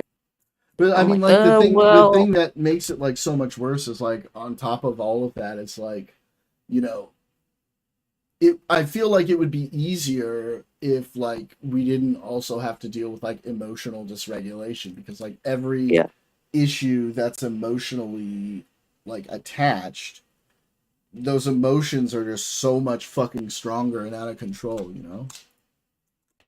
I mean, I did tell you, you know, like, I mean, I noticed, you know, like a significant difference, you know, when you were like medicated. And when I'm I know there's medicated, several yeah. events going on, but like, you're kind of like, you know, emotional, like, you know, like, I was like, oh, like some medication does help a lot with, you know, emotional regulation. Obviously, Yeah. it doesn't address a lot of it, you know, at the same time, but I Right. will say there's like a night, like a really noticeable difference, because you Yeah. were pretty, you could The be very last emotional, and you know, volatile, and yeah. like, Yeah, yeah, volatile for exactly. sure. The last couple days have been tough. The last couple or few days have been like tough internally, but like I've managed to mask it pretty well. But yeah, I mean, I whenever was just like kind of my thinking that, meds, but like I was making whenever I'm, assumptions on stuff that yeah. I didn't know. Well, yeah, I mean, like whenever like my meds wear off, I have like a very difficult emotional time, and yeah, there's like some life stuff going on. It's not like, you Yeah. know, life ending or anything. Nothing's like, there's no finalities right now, but it's been tough to deal with. Yeah, I think I'm for sure. handling it at this point pretty well. Like I've adapted pretty well, and I'm doing my best. And the fact that I have like therapy coming up is, oh, it's gonna be great. Yeah. Yeah. There's, I wouldn't say there's like massive life events that are happening, but there's some complications. Well, it's like what I was saying earlier. If you ask me, like, how you doing? I'm like, I'm doing good. It's like, well, I mean, that's just a stock answer, I suppose. Good relative to what, you know, that's really what it Well, is. good relative to, you know, I don't know. If I ask you, are you doing good? You'll probably say yes. But it's just like, again, like, well, all right, let's talk about it, Jordan. What's really going on? You know, Yeah, and I that's where, you mean, know, some of that all the is things okay come in. for some of that is okay for No, I'm not stream. saying Some of now. that is I'm like just not. pointing out the Yeah, fact that, like, no, there's always more to crack in there. yeah. I mean, like it's you know, there's life things going on. I'll get through them. Things will probably be okay. Like I said, it doesn't seem like there's things that are like in like any sort of, I'm trying to be cryptic, so I'm not like giving away any of like my personal life, but it doesn't seem like anything is like ending or anything like No, that, but still farm things, like, and I there's mean, some like, speed very bumps direct. happening for sure. Yeah. Yeah. Yeah. So working through that is going okay. Oh, I'm glad you're excited, and, you know, and again, I'm motivated, you know, to see Yeah, the therapy's therapist. I can very tell you, good. like, different points in my life have definitely not felt that way about it. Yeah, and like I've needed therapy for a while. I haven't had it in a long time, and like it's about time for like a whole number of different reasons, and like I'm excited for the improvements that's going to bring my life. I'm excited for the ways I'm going to step forward in my streaming and that side of my career. I'm excited for the advice I'm going to get in my personal issues, because I think it'll bring me clarity. And yeah. Yeah. That's great. That's Yeah. good. I said the willingness to, you know, change, or, you know, like, at least, you know, like, have, you know, like, looking forward to, you know, you know, those possibilities. Like, I always think it's a good first step, you know. Yeah. Well, you know, we'll see. I hope this therapist is a good one. They seem to have specialties in like a lot of the things that I need to talk about. So Yeah, like what you mentioned, which I think is good, you know, because again, like, you have like some other like unrelatable circumstances from me, yeah, anyways, that yeah, they're going on in your life, and I'm like, yeah, yo, you gotta see somebody who's yeah. like, you know, Well, speak about those also, things. you know, I have been, you know, I do have friends who do have like those similar circumstances, and I Yeah. was talking to one today, and just more and more clarity, and some of it was very, you know, a lot of it was very validating, which was very good, and that helped me feel better about certain things, and yeah, like, you know, I just it just sucks that like in a situation like this, you know, where I need to spend more time sort of expanding my circle of people who have similar, you know, life situations, lifestyles, things like that to me, so I can have that wider support net and like be able to talk about these things, because that can help again bring me more clarity and either validate things that I'm feeling or tell me why those things are like not so valid, and like, you know, hey, like you're thinking this way, but realistically from the outside, like this is how I'm seeing what you're saying. And you know, one of the good things about myself is like when I talk about these things, I also, you know, let's say we're talking about like an interpersonal situation, like I go out of my way to like question my own point of view, right? Like I try to give as much of the other person's side as like I have available to me. And Yeah, so that's that usually how like I like tend to think, or like I like to project myself into, like, even if it's yeah, not like a person or I have in yeah, mind, I'm because I like, don't want to oh well, like bullshit what myself. like, you know, yeah, like, it will start like forward casting, and you know, Yeah, I like don't I'm want to like, all live in right, like a well, fantasy world, you know. yeah, yeah, I for don't want to. sure. I don't want to just like say my side and be like, oh yeah, well from your side everything sounds great, right? You know, I want to try to like express as much of whatever the situation from all sides as I can, Yeah. and like, you know, not just have my point of view, but steel man theirs as well. So like an outside observer, you know, because the question I always ask is like, okay, like at the end of like whenever I explain a thing that I'm going through, or like something that I'm dealing with to somebody, at the end of it I go like, am I like crazy, am I missing something, am I not understanding something, like be real with me here, like what So yeah, am getting I, that yeah, you know, kind of communication line. I mean, what I've always done, like in my like, and this is just how my brain works, I suppose. But you know, I'll be like, okay, you know, I'll start thinking, I'm like, okay, well, like, okay, I did set like whatever, I did said something, and I'm like, okay, well, you know, like how would you know, like why would this person react? And I might think like, you know, like why would they react this, or like could they feel this way or this way or this way, but like, you know, how I reacted, or like can I, you know, like I might think about different reasons that, so a lot of a lot of like, I'll give you a simple like scenario, it might be like a work scenario, right? Like you go to work and somebody does something and you're like, why, you know, like why did they do that? And like you just don't know why they did that, and you're like, what the fuck? You know, and you might be like, you know, thinking just like, okay, why would they do, well, you know, maybe like this, that, and the other happened, or maybe so and so talked to this person and that's why like they did or didn't say something, or you know, you start going through all these like scenarios about like why something, you know, did or didn't happen, you know. And then like a lot of times, and it's not just even a work scenario, I'll, you know, it's just like, oh damn, there was a third situation that I like would have never even thought of, you know, even right, though I thought that I saw all yeah, possible scenarios about why something would happen and like how I should, you know, like yeah, approach it or deal with it, you know, or like, you know, like kind of like analyze, like, you know, if I'm like, you know, part of that, like why it happened. yeah. But, you know, something, you know, more specific, just like why did something happen? And then I might think, I'm like, well, it can only be these one or three reasons. It doesn't quite work that way. But like, and a lot of times it's just like, oh shit, like it'll be something like completely like, oh my God, like, oh, their And mom like, just died. That's why they're tailgating me because they're yeah, trying to get to the funeral. Like yeah. it'll be even crazy shit like that. It's just like, okay, like, you know, Whenever like I'm driving and somebody's on my ass or something like that, like on one side of my brain I'm always like, oh, this son of a bitch is on my ass, why are they driving like this? And then the other side of my brain is like, well, you don't know, dude, like they could be rushing to the hospital because their wife is pregnant or someone they love got in an accident. You don't know what the fuck is going on. yeah, that's true. Although I do tend to default to like, because I profile the shit out of people. Like, Well, that's true. If no, man, somebody's like, driving I've like a been filtered a jackass, lot, and I'm like in a neighborhood zone, like 25, and they're like right on my ass. Where I'm like, you know, I'm like quadruple tapping. I'm just like, okay. you always gotta check the person in the driver's seat and be like, do they look like I think they look? Yeah. Well, I mean, But like, another example would be like somebody just kind of like flips out on you. Like I don't know, somebody just like respond. Like I don't know. Let's say you're at the grocery store and then like the cashier is just kind of like, or the pharmacist is just like, kind of like giving you a bad attitude or like Mm-hmm. not responding in a certain way or whatever. Even I've seen this in road rage incidents, too, where like I had a woman like a year ago, she got out of her car and flipped the fuck out.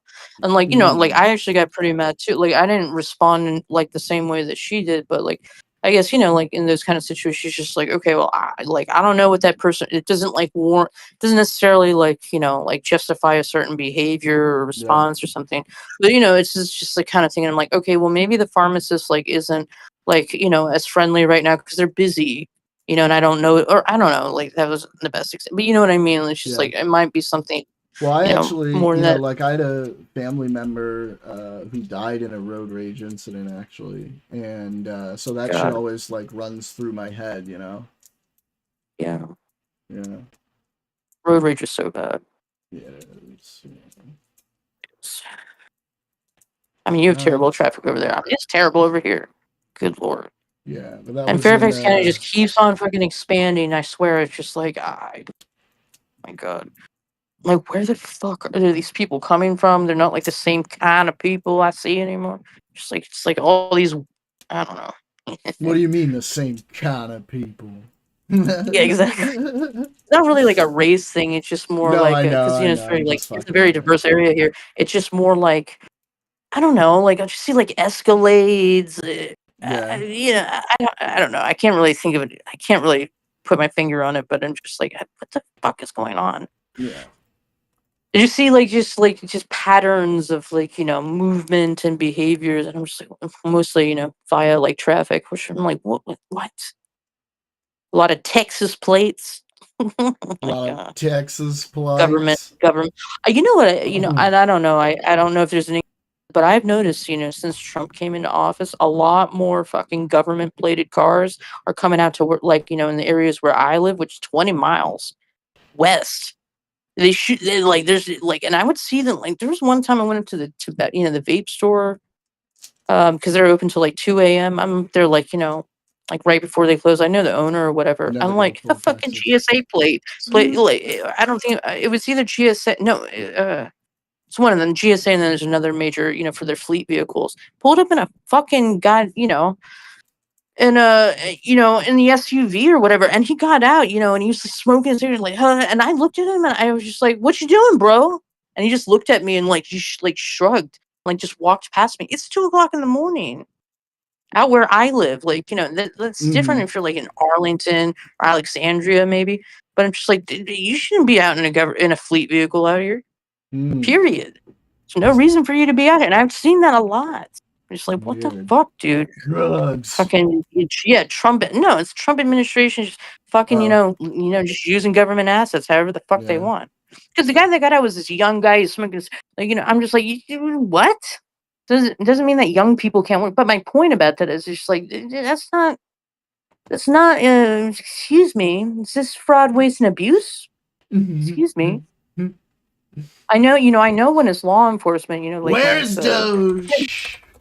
we get a lot of, military and aerospace out my way. Like that's where like all of them are out here. So like I know them, but like I know when it's a DC, when it's coming from DC. Like I know when it's a DC, fucking car, and I'm just like, what the fuck, dude?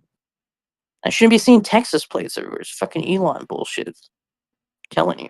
Yeah. It's fucking nonsense. And I'm going to the city. Fuck that. Cryptic said, "You never go full Texas." I like Texas. Well, I think he's doing the "you never go full retard" joke from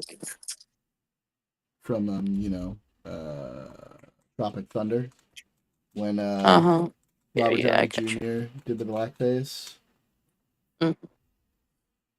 Lures smoking a cigarette, turns to you and does the Judge Dredd voice. "I am the law." Dude, Carl Urban was such an amazing Judge Dredd. Yeah, I liked him. He's pretty good. Yeah. But we've always loved Carl Urban. Yes, he's one of the kings of the nerds. Ghost Ship. Star Trek. The Boys. Yeah. Judge Dredd. Yep. Lord of the Rings. What a king. What a king, that guy. Yeah. Absolute winner. Okay, we don't like losers here.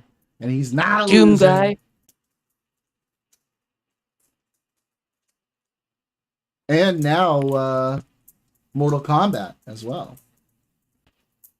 Is he in Mortal Kombat? What's going on? Mortal Kombat 2, he's Johnny Cage. Oh, really? Yeah, Interesting. I haven't seen it yet, but I know that he is. Is it in theaters or is it out? Sylvester Stallone, true cryptic. It's in theaters. It's been in theaters for a little bit now. Okay. So it won't be on like Prime or purchasable at home yet. Not yet. Maybe. No. Johnny Cage. That'll be interesting. I was gonna go see it with a friend a couple weeks ago, but then life stuff. You know how it goes. Yes, sir. My hero Clinton. Like it.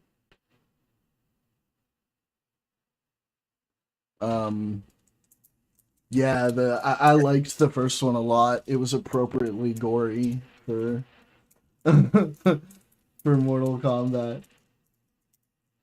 I just watched the original, and then I actually watched the second one on Prime here like last week. Wait, the older ones? Yeah, from the 90s. I remember watching the first one when I was a kid. I don't think I ever saw the second one though. Rented it from I saw the first one in theaters. I don't think I saw the second store when I was living in Moscow. We had a little video rental place on the embassy compound. Nice. Yeah. Oh man. Those were the days. Russia in the 90s. Boris Yeltsin. Bill Clinton and Boris Yeltsin. My goodness. Yes, the sick song. Bum, bum, bum, bum, bum, bum, bum, bum. Yeah. They did like a sort of like rehash of it in the newer one. It wasn't like the one we know, but it was like you know, fan servicey. I also actually I watched another live action Mortal Kombat. So I saw the movie a couple of years ago. It was Scorpion and Sub-Zero, but I saw another one. I watched it on Prime that night too. It was actually really good. I hadn't seen that one. It's when Scorpion and Sub-Zero, like it, you know, like when they grew up and like basically like what happened to their factions. It's pretty good. I like it. It was a different twist on the feud that like they've released in the last few years. It's pretty good. I always liked the actress that played Sonya Blade in the first movie. I forget her name. She also played like a Billy Madison's love interest. She's been in a couple other movies. She's a great Sonya Blade. Like in the second movie, like the chick that they had, like I mean, she had blonde hair, but she just like did not. Bridget Wilson. Yeah, her. She did a great Sonya Blade, in my opinion. Yeah, the new one was pretty good too. The new chick, I thought she did a good job. Good. Good. Ooh, that was a good conversation. What, our conversation or some of your stream? Our conversation. Mm-hmm. That was probably like the most personal I've gotten on stream to date, you know. Well, that's good. Or like I assume, yeah. Yeah. That's good. You guys know a little bit about what's going on in my head.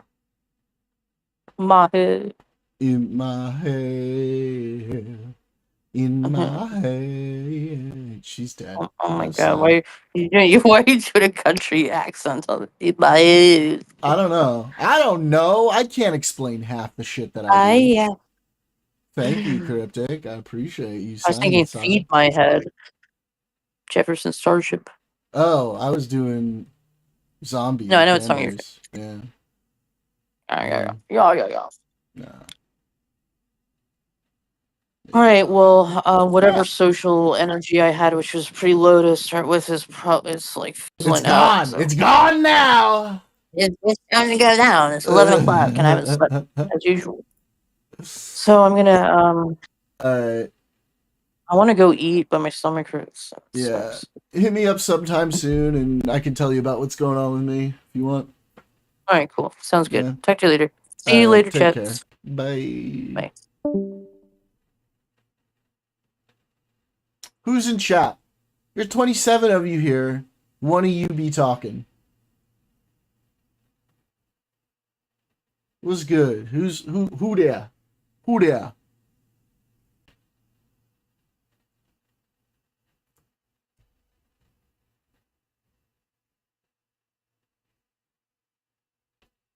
She ran. She's on the East Coast, so it's gonna be 11 o'clock for her right now. So she gotta get to bed. She gotta go to bed. What you doing, Foods? How's this conversation? Available to them, come at me with every single argument they had, and anyone who was willing to argue this honest Weasley fucking thing, where he likes to sit there and pretend. Hold on, I'm looking for this fucking the Wick message in DGG chat. If somebody has that, put it in my inbox. Without consent was bad. So whatever. Yeah, for sure. What's good? What's good? Oh, here it is. Hello, can you hear me? Yep. Okay, so Doobie gives Aiden some adult to adult. Eat something and sleep, or else. Always, after gay sex, especially if the sex is especially like brutal. You know, there has to be some aftercare. All right, just get someone you trust around you in order to, you know, get you the care that you need. Okay. Cool. Okay. So I listened to like, I feel like maybe the second half of that stream. I don't even know how long. But I did hear some of the allegations they made about me. So I figured I'd just go over them with you to give you context and to take any questions about anything from you or from anybody in the audience or whatever. Yeah, for sure. So I guess what so the claims are being and just the reason I accept what he was saying is because I obviously don't I don't know shit about your situations, and that's why I like clarified like if it is the way he's saying it, because I didn't think the way he was saying it was probably going to be accurate, then yeah, that descriptor would be appropriate. But I guaranteed or was betting that he was probably mischaracterizing it because you're a vocal critic of his. When did you and him initially fall out, or were you ever cool? So I've known him for like I think 8 years. First met him on Discord. In fact, if you were to like go into his channel. Also, just keep in mind, okay, like, it's kind of funny. It's kind of funny that Doobie calling in from jail. You know what's so funny is that there are some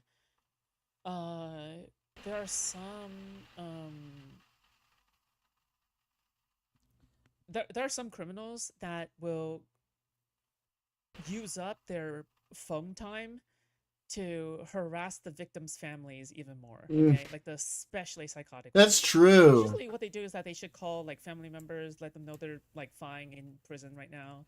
Like that's yeah, fucked. right? But like that's fucked. That's what that is. Do some psycho shit. Yeah. Look up like a Destiny debate Darth Dawkins, I think. And it's like the thumbnail is like him with like angel wings or whatever, because Darth Dawkins is a I don't say he's famous, but he's a very well known on Discord pre-sup debate bro guy though. I don't know if he's around anymore. So that was on my server in like 2017 or some shit. And I think that was the first time I met him. And then after that, we did a lot of networking for AMAs, and I'd gone to panels with him and other people. And I've done like a lot of networking with like a ton of Twitch and YouTube political people.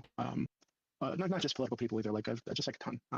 So I know a lot of people in the space just because I would do a lot of networking for my server to get events put together, big AMAs, to do outreach, things like that. So we fell out over the Pixie stuff. So when that happened, and I think it's because like I didn't know Pixie, but I'd been on like 4 or 5 panels with her. So I knew he was like a nice person, right? That I was usually making upset on panels. So the original like nude leaking thing, or the nude sharing thing without consent was bad. But then what really like, but I could write that off as okay, he fucked up. Maybe he can take responsibility and try to make it right. But the way that he handled it after look at Tiny. was I felt Look at Tiny. like, Tiny. Avoiding all responsibility. Not taking any. Wait, didn't Doobie say that like, bro? Doobie is unhinged, bro. Like, didn't Doobie say something about like fucking Zip like fucking coming on like Pixie's fucking windshield at the fucking trial thing? Like, Doobie is like a prolific liar and like slander and smear. Okay, and even though he says that, oh yeah, it's a joke. Don't you understand? It's a joke. No, motherfucker. Okay, nobody can Fucking tell doobie, whether or not man. it's a joke. Okay, like yeah, that's the entire point that the snarkers use. That's the subversion. Damn, lurkers, be and quiet. tactics that snarkers use. Y'all so right? quiet. And accountability. It's like you don't know whether or not you're joking about something that has actually happened, or you're like making it up and you're saying it for the sake of absurdist humor. You cannot tell. You cannot tell. That is the entire strategy that they use. You can't tell whether or not you have made up the situation or you're like grossly exaggerating something that has actually. Oh. They use the concept of jokes to slander people. They use the power of jokes to slander people and to smear people and to whatever, right? Because as long as like you don't have the capability to trace it back in any way or to disprove it, then you know they get to joke about it forever. And then when you confront them on it, they get to say like, "Oh, it's just a joke," right? Yeah. Anyway, I think I got that pretty much down. You're welcome. For and trying to paint her as like trying to extort him because she was feeling suicidal. It was ridiculous. So I just had no respect for that. I just want nothing to do with him after that. Yeah, I have the same thought process. I explained, like, the thing he did is obviously, like, horrible, but it's not something that is, like, on its face, a completely unforgivable, like, irreparable act that, like, you will never be able to exist in a space as, like, a, you know, like, you shouldn't be able to exist in a space ever again. The problem is that it's an unrepentant act that you know, was indicative of a personality type that isn't really all that great. Like, people who fuck up and legitimately feel remorse do not do what he does, and has done in the process of this. And the whole, like, justifying, like, critics is, like, as justifiable targets. What is his rationale for claiming that you're a justifiable target? It's actually shifted a lot over the last year. I think initially he said that I was part of like the snarker community. I mean, like, not really, but like I said, I kind of want to be. But the truth is, I don't think I'd ever communicated with Jason. I want to be a little more up on it if I'm trying to talk to Foods, you know? Probably even like 2 years prior when that Elder Jawsy thing happened with Chattin Logic. I am generally more of like a politics guy, but and that was the last time I ever spoke to him before that. So I was not connected to these people whatsoever. I'm not a Kiwi Farms person. Shit has nothing to do with me. What actually happened is because I'm like a critic of his, and it's not even just a pixie shit.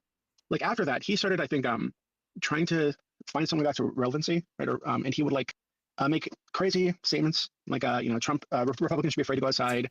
That joke he made about the drowning kids in Texas, like shit like that. That I thought was really gross, right? So, and because he's a figure in the space, and people talk about him, and when he does these kind of things, people talk about him. When he goes on Piers Morgan's debate, people talk about it. And so I talk about it. And because I disagreed with him, I would disagree with him and criticize him. And then because there are a lot of people in the space who were fans of his, I ended up arguing with him. Right? Like that's what it was. So that to him was unacceptable and was justification to dox me or try to dox me. He will invent, even if you don't perpetrate wrong. And the reason I'm sympathetic to your sentence is because I've experienced it. And the reason I know that he's like mischaracterizing it is because I've watched them do it with me. And I have not been like, I didn't like Jay Stock for a long time and shit. Like we weren't like, and I was all of a sudden being addressed as if I was him personally. I was being addressed as if I was you personally. And I don't, you probably don't even remember talking. I spoke to you once on a Prime Phase panel like 4 years ago or some shit. Like I don't know you. Which is. Speaking of addressing, did you guys know that my address got doxed? Like all my previous places that I have moved to got doxed by Blav. Fucking Lav, all man. of it. Because I moved pretty often, and you guys already know that, okay? They basically doxed every place. I'm not sure whether or not they doxed my current location or whatever the fuck, but yeah. I've seen people like basically not spam, but like post my dead name, which is like something from years and years ago at this point. Like they post my dead name into my YouTube chat, which I then quickly would have to like ban them, right? Yeah, but you know, since we're on the topic of addressing right now, just like I watch how they do it in real time, so you can't take him at his word whenever he's characterizing criticism against the opposition, because he's evidently demonstrated a pattern of behavior where he knows he can't win on argumentation logic alone. He'll just look for dirt in your past or shit that he can mischaracterize as dirt to try to invalidate your argument, when that's obviously just like a total pivot.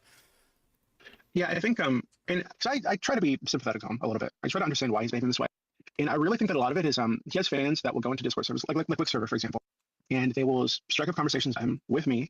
And because I'm criticizing those conversations that they brought up, they will like record them and send it to Desmond, like, oh, don't be talking shit about you. So I feel like a lot of that happens, not just with me, but probably with other people too. And this is why he has like this impression that everybody's talking about him all the time, because like I really don't. Like I talk about him. Actually, I've spoken about him more recently in the last few weeks because he started accusing me of trying to like prime people to fuck with his son, which is insane. Which Wick also is doing, which is also really irritating. So yeah, when is he looking at decade-old Destiny clips to prove imaginary points? Yes. He does dumb shit and makes crazy accusations against me. I'm talking about him. Like this is totally nasty. Hold on, sorry, I just my chat's getting fucking spammed. One sec. Yeah, dude, it's just like so funny. Like all the fucking like the second. Aiden, you're a fucking retard. You got owned by Destiny again. Every time you try to talk to him, you get owned. Yeah, hit the vape again, little bitch boy. Is that what he's getting brigaded by? I don't even think that's by DGGers. Like I'm pretty sure it's by. It has to be Denal. It has to be Denal. Denal is not a DGer. Denal is like this X commentary, like rando alt account, or whatever the fuck, that is like a-logging Aiden. You like try to like I have it like I've unilaterally said like the tactics like that are used against him by like kiwi farms that are doing things. I completely condemn those. It's just like so funny how many people like come out of the woodwork to try to fuck with you just because you're a critic. Has Destiny put nearly as much like, and not saying that I believe there's justifiable instances of doxing, but like to your knowledge, has he put like as much effort into identifying the accounts themselves that have disseminated dox information surrounding his friends, family, etc., as he has into just linking critics to that dox and looking into their shit? Like it seems like there's just not.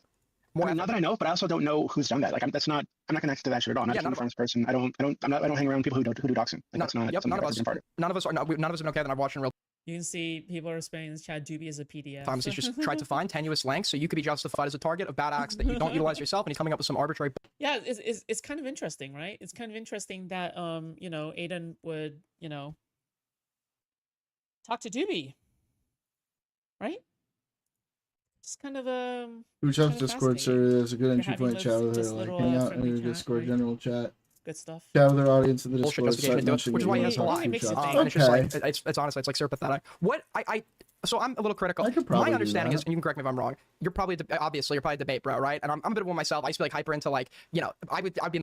Doobie's a collector. Yeah, he's a twink collector. Okay. I was in the politics server a little bit, like in BCs and shit, like getting. He's a collector of young, impressionable boys. It's the weeds of like just like optically horrible topics and shit, but it was, you know, anything was on the table to be debated logically. What do you think? What do you think the benefit is, or why do you have minors in the politics server? I guess. So this is actually pretty common in political communities, right? So if you look at the r/conservatives.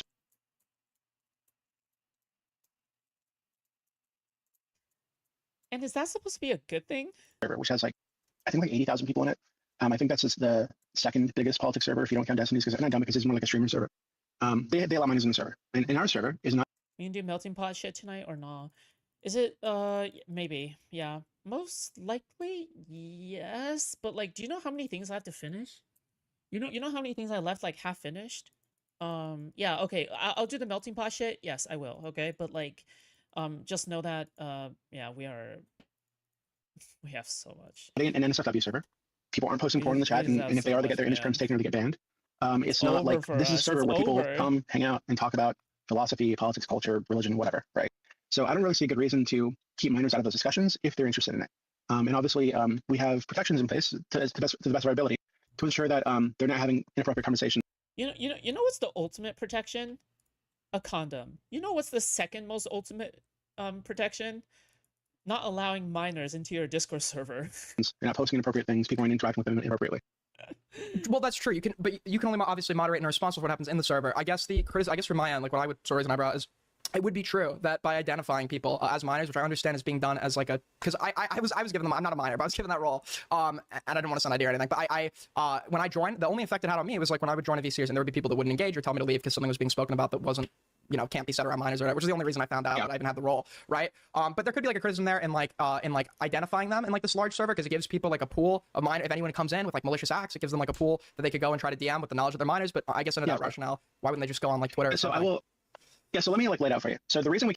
Yeah, I'm getting sent stuff where Doobie was defending. The only thing I wonder is, what would you guys say if she drowned herself so you like, cover politics so much? Says, like, I don't know. Close. I don't know. Came up with my role. She just seems more accessible to somebody like me right now. 2017. I mean, actually, that's a good point. I think it existed on the older server, because there was a server before the politics server called March Against Trump that actually cooed, and then the current server was a backup server of that one because that one was deleted. And we took over with like 3,000 members, right? We built up from there because the old owner was a drunken asshole who would abuse the community. So the reason we have the minor role is so one, we don't want minors to be turning on the cameras. We don't want them to be posting pictures of themselves. We don't want them engaging in any like flirty conversations with anybody. So that allows us to identify them. And to be clear,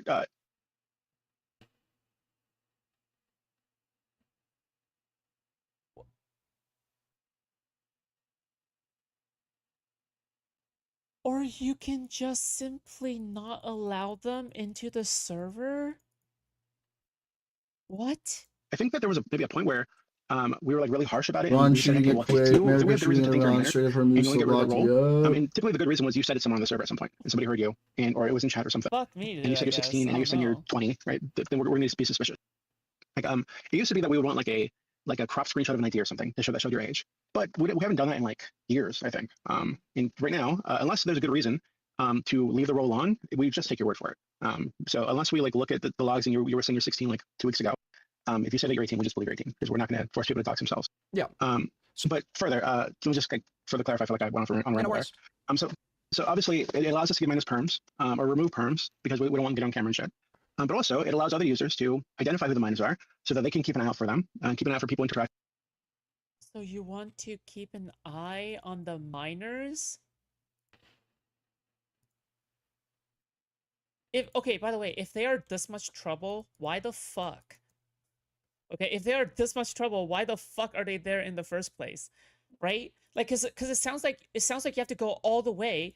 Because it sounds like you have to go all the way to like essentially moderate every single aspect of every single user who identifies themselves as minors. And that's not even including people who are lying, okay, in order to actually have the camera on or some shit like that, okay?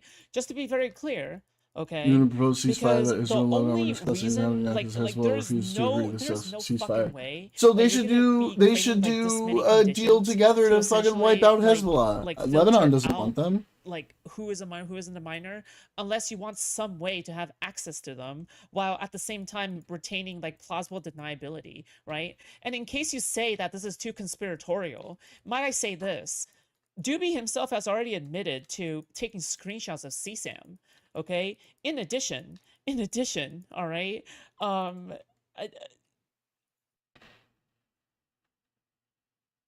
in addition, like, what, like, he also wants like PDFs to actually be like talking with them, like having discussions about sexual education with PDFs, right? Like what are we talking about at this point? With them inappropriately, What? avoid topics that would be inappropriate for the voice channel, and it's just like it gives us like an extra layer of like, it makes them stand out so that we know to watch them, right? So to make sure nobody's fucking with them. Now, from my perspective, our server's not a dating server or an NSFW server. There are massive servers like Edgy, like Chillzone, hundreds of thousands of people in there with very little moderation. If pedophiles, and I know this happens because I get fucking like reports from people all the time about this crazy shit that happens on the servers. If people want to target minors, they go to those servers because there's very little moderation. Kids have fucking cameras on, and these people just run rampant in there. And it's true that on Discord, there's a really big pedophile problem. So we do run into those once in a while on my server, and we report them. We report with that.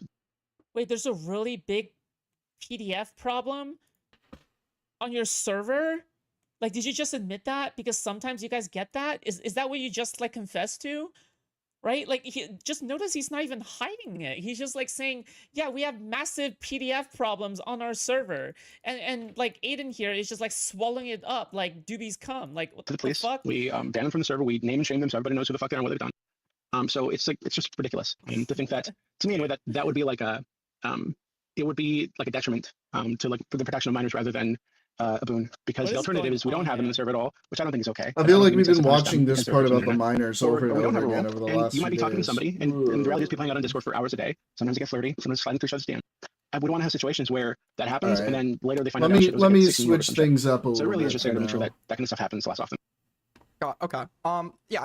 I'm gonna close food shops for a little bit, and let's take a look at this. A drink in your because I think that there is something more nefarious about going to a hostile island where we know that there are all these serious problems with the government that's run there, and having a political program there, as opposed to getting a drink in your backyard. Talking about Cuba? And I think that is... Why? The same information can be conveyed in both of these places, right? So why? It's not the same thing, though. If Mossad approached me in a fucking bar in Miami Beach, this guy can't say anything. He has no leverage. He's just like a dick. What's he gonna? I mean, I guess he could try to kill him. What do I call 911? The FBI? Like, it's over for this dude. Like, it would be completely. Yeah, this guy has absolutely zero control of what happens here. We're in an American city. I'm an American fucking citizen. He's a foreign national. We have the FBI. We've got the local police. We've got like, there's just, it's over, right? If I was in Israel and Mossad pulls me aside or wants to have a conversation somewhere in a bar, even though I don't have to call me aside saying that I'm there, and the guy's like, hey, what's up? Don't I even work for fight back I'm a against Israeli your side. intelligence. I want to have a conversation with you. I need you to give me your passport. I'm like, Jesus. And he's like, yeah, there are 2 armed people behind you. I want you to give me your passport. We're gonna have a conversation. I have nothing I can say or do at that point. The nature of that encounter, and this is just one in a trillion ways, the nature of that encounter is completely different than Mossad or some fucking whatever foreign intelligence approaches me in a bar and is like, hi, give me your ID. I was like, oh, fuck you, I'm an American citizen, motherfucker. I'm the United States of America. What are you gonna do to me? Fuck out of here. Right? That's just, it's insane to pretend that these types of encounters are the same. It's just so stupid. And like, I've had, not to leak too much, like I've had Mossad try to do this to me before. When we were all hanging out on Epstein's Island, sometimes you would get these Mossad guys who would say like, all right, should liberals defend Hassan? Does this start at the beginning or am I time stamped? Okay. Soy Pill's position 100% will be, yes, Hassan has said some unsavory things. Yes, we might not align all the time, but this is a fascist, guys. We got to come together and be against this because first him, then us. And if we celebrate this, they'll come for us next or something, I guess. Welcome, one and all, to yet another episode of Wicked TV. It's a cross-ideological space where we come together to talk about issues both political and cultural. From the silly to the serious, gang, have we got a show for you today? We have two bastions of liberalism in the house today. We have Bishop, and we have Bishop, the head, or I guess the one who coined the phrase, or maybe he's just the current thought leader in Lockheed liberalism. And then we have one of the hosts of Live and Learn itself, Soypill. And we're going to be talking about something I think that is a lot of people have been discussing is what should the liberal response be to the Trump administration apparently subpoenaing Hassan Piker? What should our stance be on the U.S.'s relationship with... I can't believe people are weaponizing Hassan Piker against you and politicizing a victim. Wait, what? What is that in reference to? Countries like Cuba. We're going to be talking about all that and more. But first, I want to give the mic to each of these lovely individuals to introduce themselves, tell you a little bit more about who they are, what their thoughts are on the subject, and we'll get it from there. I'm going to hand the mic first to Mr. Soypill, and then we'll let Bishop introduce himself. So Soypill, go ahead. What are your thoughts? Like the whole thing? Just tell me who you are, what you do, and what are your thoughts on whether we should defend Hassan Piker. Go ahead. Yeah, I'm just like on the video essays I stream sometimes, going to be wrapping that up in the near future, and I think that going after Hassan or kind of ignoring this, turning a blind eye, is part of more of a partisan, like vindictive, personal thing, which I understand, given the fact that this guy would probably say the same if it was some sort of liberal person being indicted, but that's not an indication of how we should conduct. Oh, he's been mind-fucked by some of the snarker narratives. I don't know who's damning him, but it doesn't have to be personal. There are plenty of principled reasons why you shouldn't expend any political or real human capital towards trying to help somebody who is trying to destroy your political movement, trying to destroy your country, and is ideologically opposed to you and trying to subvert everything that you're doing in the country at every step of the turn. Like there are plenty of super justifiable reasons that don't just boil down to, oh, well, it's personal, but okay. Dr. Sells, it's irrelevant what his behavior is. It's pretty irrelevant to me if he even did break a law here, because what seems obvious to me is this is an administrative crackdown trying to introduce... If Tanky fucked a kid and got caught by the feds doing it, should we say like, oh no, like we can't let that we can't let the feds prosecute that guy because he's a far leftist and it's not fair? What? You could argue that well, actually, I don't know if I would even argue part of that the crime is irrelevant. The big deal with like Comey, the big deal with Letitia James, the big deal with all these people is that the crimes are totally fabricated. Like if like I can start to put this position out. You know, they said they spent a year investigating Comey. I don't think fuck all will come out of this. But let's say that there were texts where Comey was saying there are a lot of people who've been DMing me lately who seem like they just need a little push until somebody can finally go and take out the president. I think if I tweet this, I think this will push a lot of them over the edge. I mean, then I say, well, I don't know. I mean, that does kind of sound like your goal is an incitement to violence there. Then I mean, that's you kind of met the elements of the crime, buddy. Yeah. Some sort of chilling effect. They're not applying the standard over every single person that was on that convoy. They're not doing it to their own partisan pundits like Nick Shirley, who might have stayed in a sanctioned hotel. This is just an attack to try to silence critics, and you should look at it as a fascist government and an authoritarian move and oppose it regardless of who they're doing it to. Yeah. Okay, glad to have you. Isn't it sounding fake communism went to Cuba to boost communism? It's this America. Nothing is more communist than half-heartedly agreeing to actual communist principles, my friend. Kind of like how that Tyler Robinson dude or whoever, the guy who shot Charlie Kirk, people were like, well, he couldn't have been a conservative. He had a secret trans boyfriend or girlfriend. That sounds like the most conservative thing ever to me, actually. $10 for modern politics to say, ask Soypill, the Steelman Joe's definition of populism. We'll say that for maybe the meat of the discussion. But thanks for being here. We're going to get into it as we go. Next up, we're going to give the mic to Mr. Bishop. Go ahead. Hey everybody, it's Bishop here, self-described Lockheed liberal. I'm a defense contractor by day and a shitposter on Twitter by night. And my take on the Hassan situation is that I believe that a lot of the dialogue around Hassan right now is talking about the legitimacy of the government and the illegitimacy of, like, obviously, in my opinion, a fascist I don't know. And unwieldy use of That's our the first time hearing However, about him. I still think that it's very important that we don't throw out the baby with the bathwater and just completely discredit any kind of a subpoena put out by federal law enforcement. And I think that the point that I think really needs to be argued is that due to the relationship that we have with Cuba and the Cuban government, there is actually a cause for there to be serious scrutiny about political actions and government programs that happen on the island. Interesting. Nice name, but objectively, someone with a trans girlfriend is way more likely to be a left-winger / centrist. In a vacuum, maybe, but a person who was born and raised in Utah as a white Mormon who is conservative for at least 21 years of their life?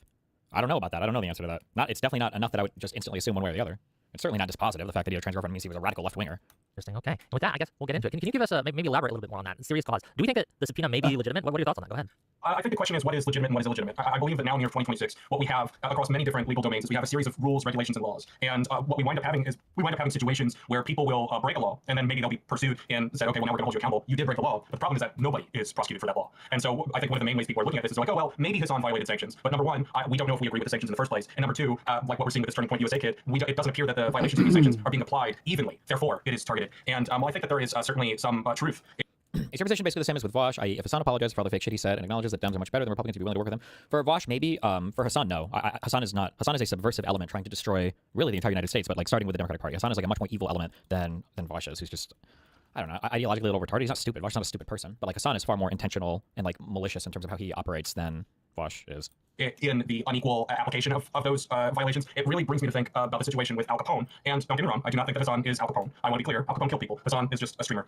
But we understand that the way they went after Al Capone, the way they got him was for tax evasion. And we understand that he wasn't targeted by the IRS. The IRS was randomly like, oh, hey, we think this guy might have a problem with his taxes. The problem is he was causing all these other problems and taking advantage of all these loopholes with the liberties that are afforded in a liberal society as opposed to an authoritarian state. He was taking advantage of them. And so we understand that they have to apply some of these rules that he was breaking to address the greater problem, which was getting on the street. Now, I say all this in acknowledging that the legal threshold for it to be a criminal complaint is actually outrageously high. So I don't think we're even really at that level. But I do think that the hostile nature of the Cuban government and the Cuban island is unbelievably not talked about. A lot of people talk about Cuba as if, oh, it's just another island down there and we had like a shaky past with them. But to not go on and on and on, the fact of the matter is, according to Hassan, the trip was organized with the Cuban government. So this was a Cuban government approved political program. And in it being a political program, that means that the Cuban military and intelligence services were somewhat involved. Even if that means that their involvement was, we approve.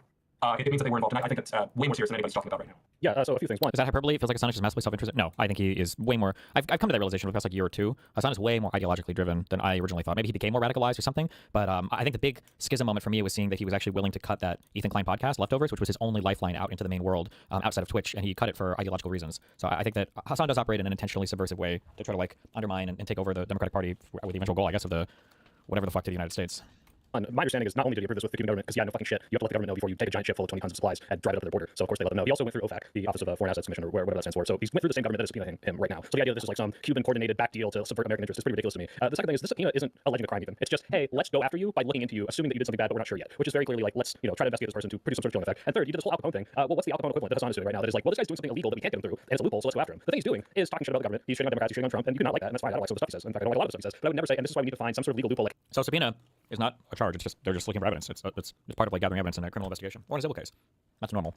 The thing that Hassan is alleged doing is coordinating with a foreign government for purposes of anti-U.S. propaganda, which he did do actually, and I don't think that's okay. And I do think people should fall for that. I wish Republicans would too, but they're obviously not going to go after their own. But hey, look, you put 55 in a 50 zone. Let's lock him the fuck up. That doesn't justify it. So what do you think justifies what he's doing right now? That the Cuban government colluded with him to subvert American interests, or some sort of insane, like back deal here that you think is actually worth arresting this person over, or what he's doing outside of this, that the side, not real like thing, but this like side project to arrest him is worth arresting him over.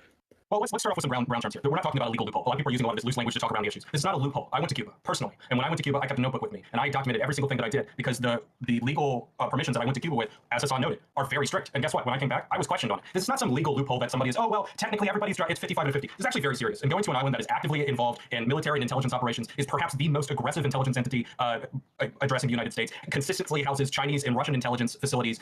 This isn't a joke. And by the way, to put this into comparison, because like I said, we keep on talking over Cuba like, oh, it's just like some interest. It's just some interest. If somebody went to Russia and started spending money at Russian military-owned premises, and then they came back and they said, hey, we're going to look into whether you violated any sanctions, I don't think anybody would be freaking out about it. In fact, I think most people would be saying, hey, wait, what? You spent money at a Russian military organization? Maybe we should look into it. And like you said, I think it's right. Number one, from my look into it for what? What's the risk here? To see if well, I think the risk here is that he is collaborating with Cuban intelligence apparatus. I mean, one of the main things that he said when he and one of the main things we were talking about that he said was that the Cuban government reached out to him through an intermediary about having consistent internet access. So what is going on with him having consistent internet access and consistent power access on an island in the middle of a blackout? Was that a military network? Actually, I'm fucking retarded. I didn't even consider all of these questions, and these are all actually really good questions, right? Like we make fun of Witkoff and everybody for showing up with a Russian assigned translator, or for people going to other countries and not being careful of their surroundings. Who's to say what network Hassan was operating his computer on? Was it even his computer? What was provided to him? Like, it is a very aggressive thing to be openly like a communist, which also aligns with the main political party of an adversary to the United States that we're actively sanctioning. Like, there's a lot of questionable stuff there. Was that a military generator? And if he was on the military network, what if all the FBI wants is possession of his laptop? Destiny, I promise you, you're not prepared for how dumb Soy acts during this debate. To start going through the records of getting to the bottom of the details of that military military internet network. There's like 20 dozen different things here, and Hassan himself has said, and this really seems to be the case. He is not the target. He doesn't think he's the target. I don't think he's the target. It seems like honestly, it seems like Code Pink isn't even the target. It seems like the target might be whoever the main financial backers are of Code Pink. And to sit here and say that an intelligence agency has absolutely no interest in a series of influence operations that are addressing ongoing military conflicts. I don't understand how we can sort of live in that world where it's just like, oh, why would the FBI? Why is he even defending Hassan here?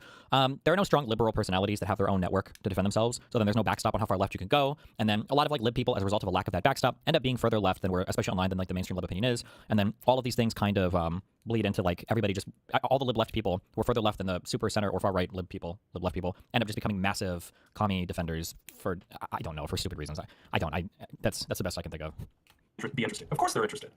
So this to me is one of those things where people will look at the laws in the books for immigration and say, well, of course they broke the law. Don't you think they have an interest in investigating the laws that they broke? And you're kind of deferring to like these laws that exist, which by the way, haven't always existed and changed significantly under Obama and then were reversed in 2017. And then to say that this is not some sort of agenda-driven thing, to me is belying the point that this is clearly an agenda-driven thing. And whether or not they're targeting Hassan and Code Pink, the point of this is to use them as this sort of surrogate for we're attacking Cuba. And the conversation right now is being centered on should Hassan get in trouble for this? If you think there's a good faith effort by an intelligence agency to go through Hassan's computer to find potential adversarial information, maybe this is totally possible. Do you think that's why he's being centered at these articles? Do you think that's why the conversation is centered entirely around him and not what you're saying? Because you're getting the most good faith possible interpretation of what the administration might be doing, which is to me absolutely ridiculous given everything we've seen come out of the Trump administration. Like you would have to be delusional to say anything like this is that unless it's on paper and ignoring the last 8 years of Trump that we've seen. Well, one of the things that I when I listen to you and a panel of people speak about this on Live and Learn, I noticed that everybody's initial response was, well, this is coming out of the Trump administration, so we immediately need to completely discredit it. And while I think that large political things coming from the Trump administration warrant serious scrutiny, they weren't seriously going back over some things, I think it's utterly ridiculous to live in a world where we don't like the president, so we're just going to discredit literally everything that happens from the government, period. Because there's no real difference.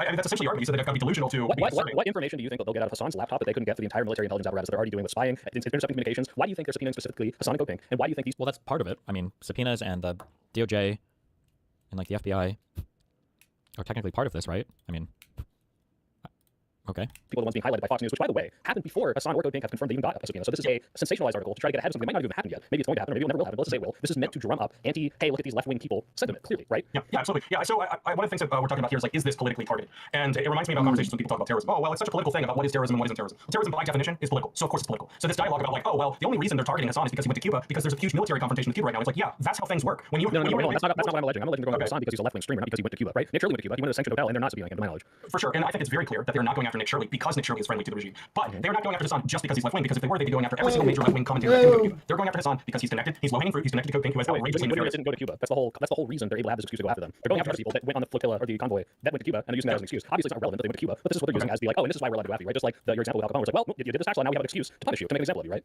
Yeah, and absolutely, I think I don't understand what the confusion here is. There's sort of like some allegation that something nefarious is going on because people collaborated with the Cuban government and, by definition, with how it works, the Cuban military and intelligence apparatus to go on a political trip for the purposes of politics, and then they're being investigated upon. In what world? I mean, honestly, it would be a miscarriage of justice if they weren't investigated for it. And I would apply that over to the turning. I just don't know this guy's name. Nick Shirley or no? Different guy. Or was Nick Shirley the one that went? Frank, I'm pretty sure the Code Pink went. I don't know what their name is affiliated. I know Nick Shirley went on a separate trip. Yeah.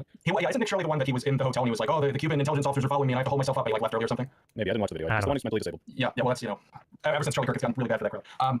But yeah, no, I mean, and I think that's a really huge difference. I was going to point on that is that I thought it was the Berlin guy. Who's the Charlie Kirk replacement? Ryland Hollyhand. Ryland Hollyhand. Yeah, I thought it was Ryland Hollyhand, but maybe it was Nick Shirley. But yeah, so whoever that little pissweak conservative Fucking was Nick that went, fucking their experience was Shirley, overwhelmingly different from the Code Pink experience. Their experience was that they had to lock themselves in The their worst hotel for journalists of the 21st century. century. And hide there until he could leave. And you want to know the reason why his experience Really was because he was on a terrible, government-sponsored so military terrible. intelligence-approved propaganda trip. And so, I think that do you keep ignoring the fact that this went through OFAC? Like, you had to get all this trip approved through OFAC. Like, the American government sanctioned this. Just because you get something approved, this is the dumbest. This is like a level 0 talking point. Like, I could get a work visa approved to any country, go there, and still do illegal or bad things. I can't just say, well, they get me a visa, they get me a work visa, I got a visa, I did the ETA thing for the UK, I got a visa, like, this doesn't matter at all. You can get a trip approved for some reason, but then you're still doing illegal things that would cause criminal suspicion later on. Like, it's totally unrelated. This trip, they said this was okay, right? The American government might have sanctioned parts of this trip. Well, I mean, Hassan said that they did, but we don't know exactly what they said. We don't know exactly what was approved and what wasn't approved. For all we know, and this is most likely what happened, by the way, was that they had an agenda. They said on these dates we're going to be at these locations, we're going to be at these venues, and this is where we're going to be staying. They submitted that to some kind of government authority. They approved it and said this isn't going to violate sanctions. Congratulations, and that's it. But yeah, you can't take anything Hassan so seriously given that he's already lied about his interactions with the government in the past. So has nothing to do with the conversations that were had on the island. That has nothing to do with the people with the networks that they connected to on the island. And this is the big one. That has absolutely nothing to do with all of the organization and planning that went before they went. That the government probably wasn't privy to when they submitted the request for information, and certainly what happened after. So do you need a visa to get into the UK? You fucking do now. Thanks.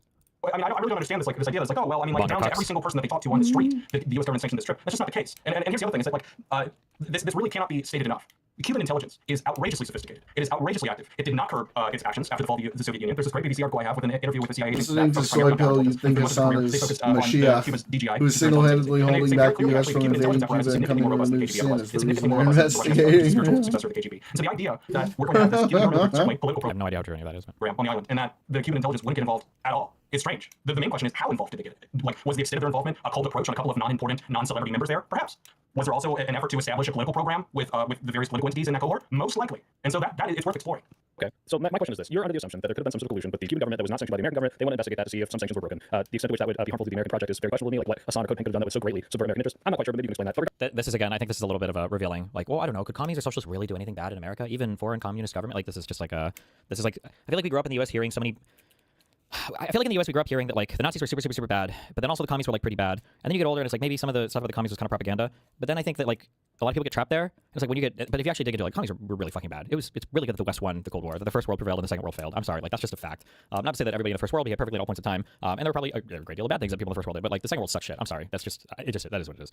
Regardless, why then are they not subpoenaing specifically the organizers of this convoy? Why are they not subpoenaing every single person that went on this convoy? Or why are they singling out two of the biggest names in These are nonsense questions. For tenant media, every single person wasn't indicted. You always have, or not always, but it's super common to have unindicted co-conspirators. This could be for a number of reasons. You want to flip people. You don't want to indict somebody. You feel like you don't have the evidence to indict somebody. You feel like you can investigate just as well with one person, so you don't need to indict 50 people. There's like a billion reasons why you might just indict. We're not even talking indictments, right? We're talking subpoenas. This is just like a nonsense question. Left media that are consistently opposed to their political project.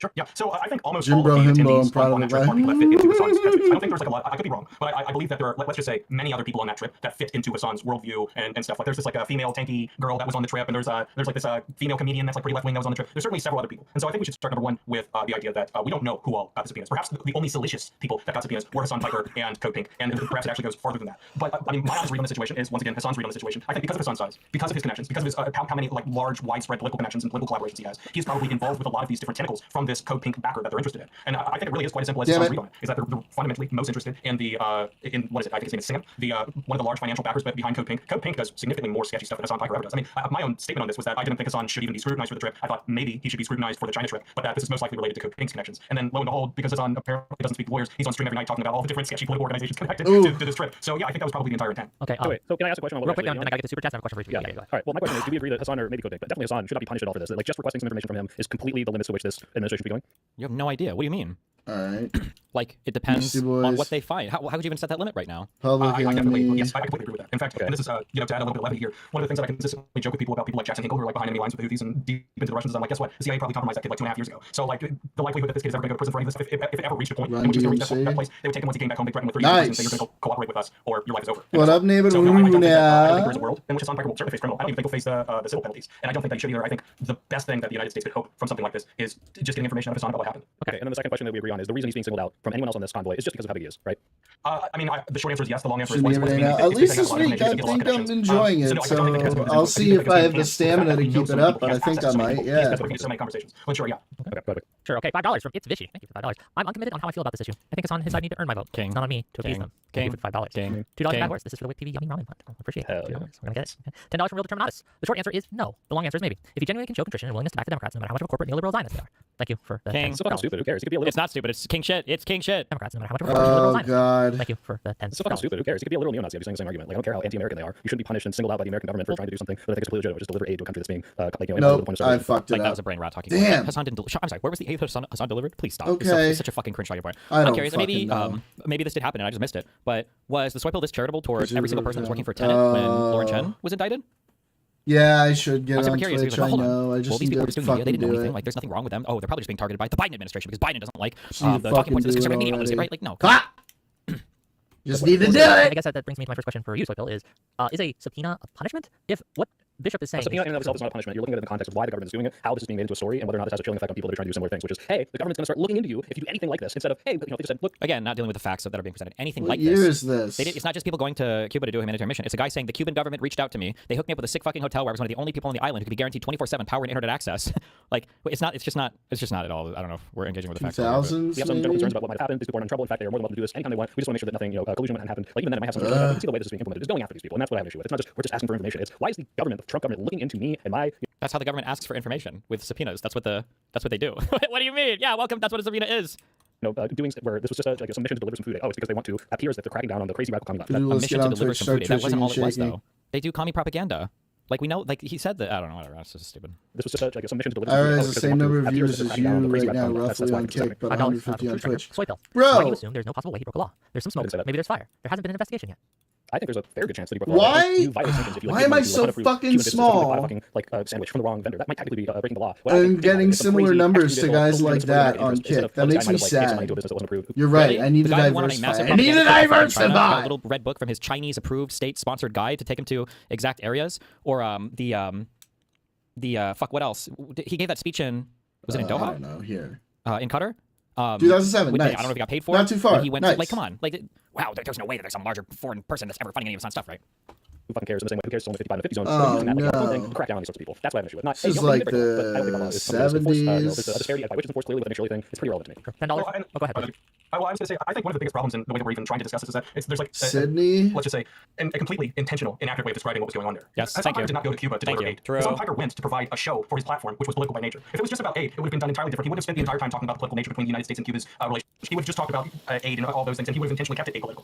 How can you keep delivering aid apolitical? The aid needs to happen because of politics. That's oh my god, ridiculous statement. There's no such thing as apolitical aid. Why is the aid need to be delivered? Well, hold on, let me ask you this. For 60 years. This is, I don't know why you're having this conversation. This is beyond. It's gonna be like fucking New York or something. Do you think there's a difference between me, like, if I find out someone needs a little help and I DM them like, hey buddy, I heard you're having a tough time. Here's a hundo, right? I'm gonna give that to you. Do you think there's a difference between that and then finding out someone needs help and then bringing them on my show and making a huge production out of? I know that, buddy. I know that you've been going through all this, and don't forget to like and subscribe, gang. Right? And look at how generous I'm going to be with my my meager means and giving this poor gentleman $100. out of my wallet, right? You see the difference between these two things? But first of all, I think Hassan probably lost money compared to just doing a normal stream when he was here. So he can make more money. He's trying to bring attention to something that he cares about. I need to put more work into my like, this is the YouTube most immediately presence. obviously super. I hate I need to start clipping Where and was like Hassan promoting any of this on his stream for the weeks or months beforehand? Why wasn't he could have been doing so much more? He was actually trying to raise awareness. Like, oh my god, now that Hassan went, I know there's a blockade. Now I know there's an embargo because he went and he streamed there for 1 fucking day or 2 days. It's such a stupid point. I don't know why people give so much fucking cover to this guy. It's insane to me, dude.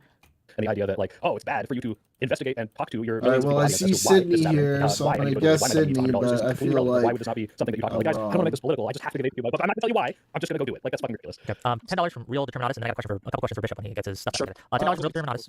Soy pill. Hassan advocates for exactly what's happening to him when it happens to liberals. He doesn't get to demand liberal support when he spends his life trying to subvert and supplant liberals. It's gonna be New York. Oh no, I was right. right. Man, I hope they lock up that shift. It's a joke. I don't care.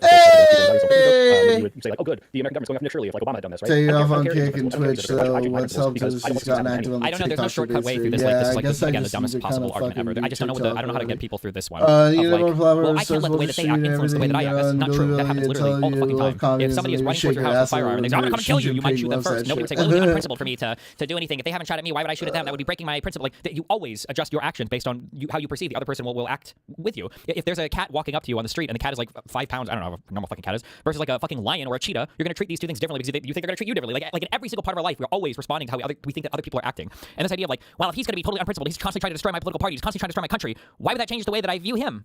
What do you mean? Because he's a totally different actor at that point. Of course it would change the way you view him. What do you mean? If you're gonna change your principles because this guy sided you, then you're a little bitch. I'm sorry. Yeah, so World War II or World War you were asking how I? could you deliver aid in a non-political way, and I would say almost the entire world of giving aid is non-political. When you look at organizations like Red Cross and various UN programs, almost all of them have very strict rules and regulations. I mean, you can't even join the Peace Corps if you've ever worked in American intelligence. Period. Just because your very presence in their organization would undo the whole operation. So the idea that there's only one way to do it, and it's a big political program, that stands at odds with the entire. You can deliver aid. Let Bishop finish. So number one, the idea that it's somehow ridiculous that he made it political because it's all political it just stands at odds with the entire world of giving aid. And number two, if you agree with the fact that it was political, then we can start from that point and start analyzing it from a political project that was approved by the Cuban government, and then say, was it that big of a deal or not? Which I think you could make a very real argument, especially when you look at. I'm gonna go here I think there's a really good argument that I know. disagree with, that it was a pretty feckless a political project that might have even only took place with certain parts of the Cuban government that have to do with places like diplomacy and things like that, as opposed to more aggressive and problematic parts of the Cuban government. I think all that is very. No, I was right. Good. Oh yeah, I should have taken the English part. And this is all about going after the doctors. It's not British soldiers. Okay, because I saw German there written on the delivering that aid is always going to be political because there's a political reason why that aid is necessary. I don't know what this is like the worst. I don't. I'd just rather argue with somebody who's like pro. Well, I wouldn't say pro-Cuban regime because I don't think the United States should be doing whatever country we're doing right now. But like this disingenuous framing of like, well, if you're going to deliver aid, of course you have to espouse the evils of the West and the evils of America and how horrible and evil everybody in America is and how pure and righteous and awesome and amazing the Cuban government is and the revolutionaries are and how cool and amazing all of it. It's like there's no in between. Seriously, really? No. Okay. There's a sanction on the government from a different government. Oh, now, shit. Theoretically say, look, we don't really have any statement as to why these sanctions are in place. We just Well, I care about basically why gotta it's get this possible almost avoid talking about that perfect. conversation or having that conversation when you deliver this aid. And Hassan could This have looks done like streamer who opposes these sanctions is going to go deliver aid. There's no reason for him to just deliver the aid. I think this is ridiculous to say, oh yeah, no, like he has to the Red Cross. But yeah, the reason he went is to bring attention to something that he politically disagrees with, which is, hey, these humanitarian aids are necessary because of these stupid fucking sanctions. That was his opinion, right? So if you want to say, okay, yeah, he could have done this politically, yeah, so yeah, that's what the Red Cross does to a degree. Sometimes USAID was doing this, where it's like, hey, we're not really introducing American Is politics. that the California bear? Yeah, I did. But no matter. Okay, well, I'm mentioning USAID. Yeah, I'm agreeing with you. Yeah, I'm agreeing with you. Right. So the point is, yes, of course, you could technically not talk about politics, but the reason that these people go on this is to spread a message. But like, so what? Like, this aid is going to be political regardless. You're opposing a sanction. You're directly trying to undermine what that sanction is doing. It is political. Okay, Bishop, I have a couple questions for you. Let's go. Sure. So it does not. One of the things you mentioned earlier is that we should view judicial actions by the Trump administration with some level of skepticism. They should be kind of gone over a little bit with more scrutiny than we would from a more legitimate administration. Does not the fact that they have selectively, at least it's what it appears, selectively issued these subpoenas give evidence ready to to the fact do that they aren't actually after any sort of truth claim here. That this is again, as Soypil said when they put it on Fox News, that this is merely the Trump's administration's version of basically making a big show of it in order to achieve their political ends. So they're not after justice. They're not after protecting our interests. They're making a show of it in order to hurt their political enemies. Does that not follow? A little bit, but it brings you to the question: when you listen to what's going on, when you listen to what they're interested in and who they're subpoenaing, what the fuck focus does up. Code Pink's financial backers? What does Nick Shirley know about this billionaire that lives in China that is financing all these influence operations? What does Nick Shirley know about that? I mean, maybe Nick Shirley knows a lot about it, and therefore it is an injustice that he wasn't subpoenaed for this issue. But I don't think that's the case. So when we talk about is it selective? Yeah, it's selective. I don't think Nick Shirley was involved. I don't think he had the permissions. I don't think he had the access. I don't think he had the information that this organization had, and I don't think it's what they're interested in. I mean, to add to it, like on the flip side, I think that what we could meaningfully see on the other end of things, which by the way we didn't see under Biden because liberals take this stuff a hell of a lot seriously. The past times that we have in office right now is we saw all these big social media influencers that turned out they were connected to Russia. It turns out they were very deeply connected to a Russian influence operation. And instead of subpoenaing all of them, the Biden administration had the nerve. By the way, I'm criticizing this. Had the nerve to say that they were victims, and they were caught in explicit lies where they were trying to communicate with these financial sources on Moscow time, and then they turn around and say, "Oh, I was trying to talk to him on Moscow time, but I didn't know he was Russian." The point of this, to be clear, didn't the Trump administration throw this case out once they got into office? Is this like the 90s or 80s? I'm blaming the Biden administration for not taking it as seriously as the Trump administration is apparently taking this situation in Cuba. And by the way, I think the Biden administration should have taken it a whole hell of a lot more seriously than the situation that we have in Cuba right now. But my point is, I'm drawing moral equivalence, and I'm also pointing out the fact that the different political parties are handling them wildly differently. I think they're all very serious. General Grievous for $5. With much love to Soybill, this mission had no impact like the Gaza flotilla. It was optics. It did more harm, stealing power for his hotel. Stealing power for his hotel. I'm not quite sure about that, but didn't they deliver 20 tons of aid? Was that all just burned? I have no idea the extent to which that's at all valid. I don't think so, but maybe. Okay, Bishop, one more question for you then. Given the fact that they are taking... So I guess if the subpoena comes out and they question... Biden needed more bite to his bark, for real? Well, it wasn't Biden biting or barking. It was Merrick Garland. Didn't Biden's DOJ go after Tenet? Yeah, I mean, I guess they indicted somebody, right? But I mean, listen, Merrick Garland is Merrick Garland. What do you want me to say? Hassan Piker, at what point would you consider it illegitimate, right? Like, so obviously you don't consider necessarily on the face of it subpoenaing Hassan Piker to be an illegitimate use of our judicial system or of our investigative time. What would make it so in your mind? Like, what would they need to do? What steps would they need to take to be like, okay, this is too much. They're going too far. This is obviously just a political attack. Yeah, I think.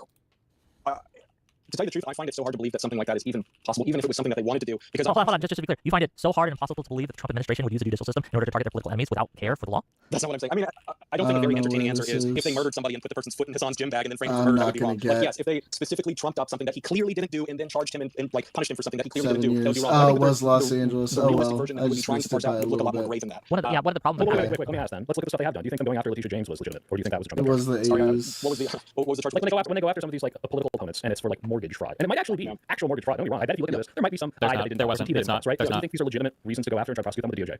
I think there are legitimate reasons to prosecute them with the DOJ. The short answer. I am going to try harder do I think that it's more political than anything else? Yeah, obviously, and do I think that the fact that it's political, the narrative and driving the conversation, I just think that the fact that it is clearly political is more important than the fact that it's go through stuff and it's been make that difficult to focus and do things the right way and put my best foot forward. But also at the same time, I'm like, I'm starting to feel the drive that I want to very strongly. And I think that we overwhelmingly like, because that's what power does. Okay, I'm going to be doing some good therapy starting next week. All politicians are corrupt. So as long as they find something that's worth going after, and that's going to be good. So the short answer is no. The long answer is when is enough enough? Thank you, buddy. And yeah, so I will do that. And maybe I'll have my dad, you know, my dad like call into the Discord a little more, because when he and I argue about stuff, it's really fucking entertaining. Yeah, just do it.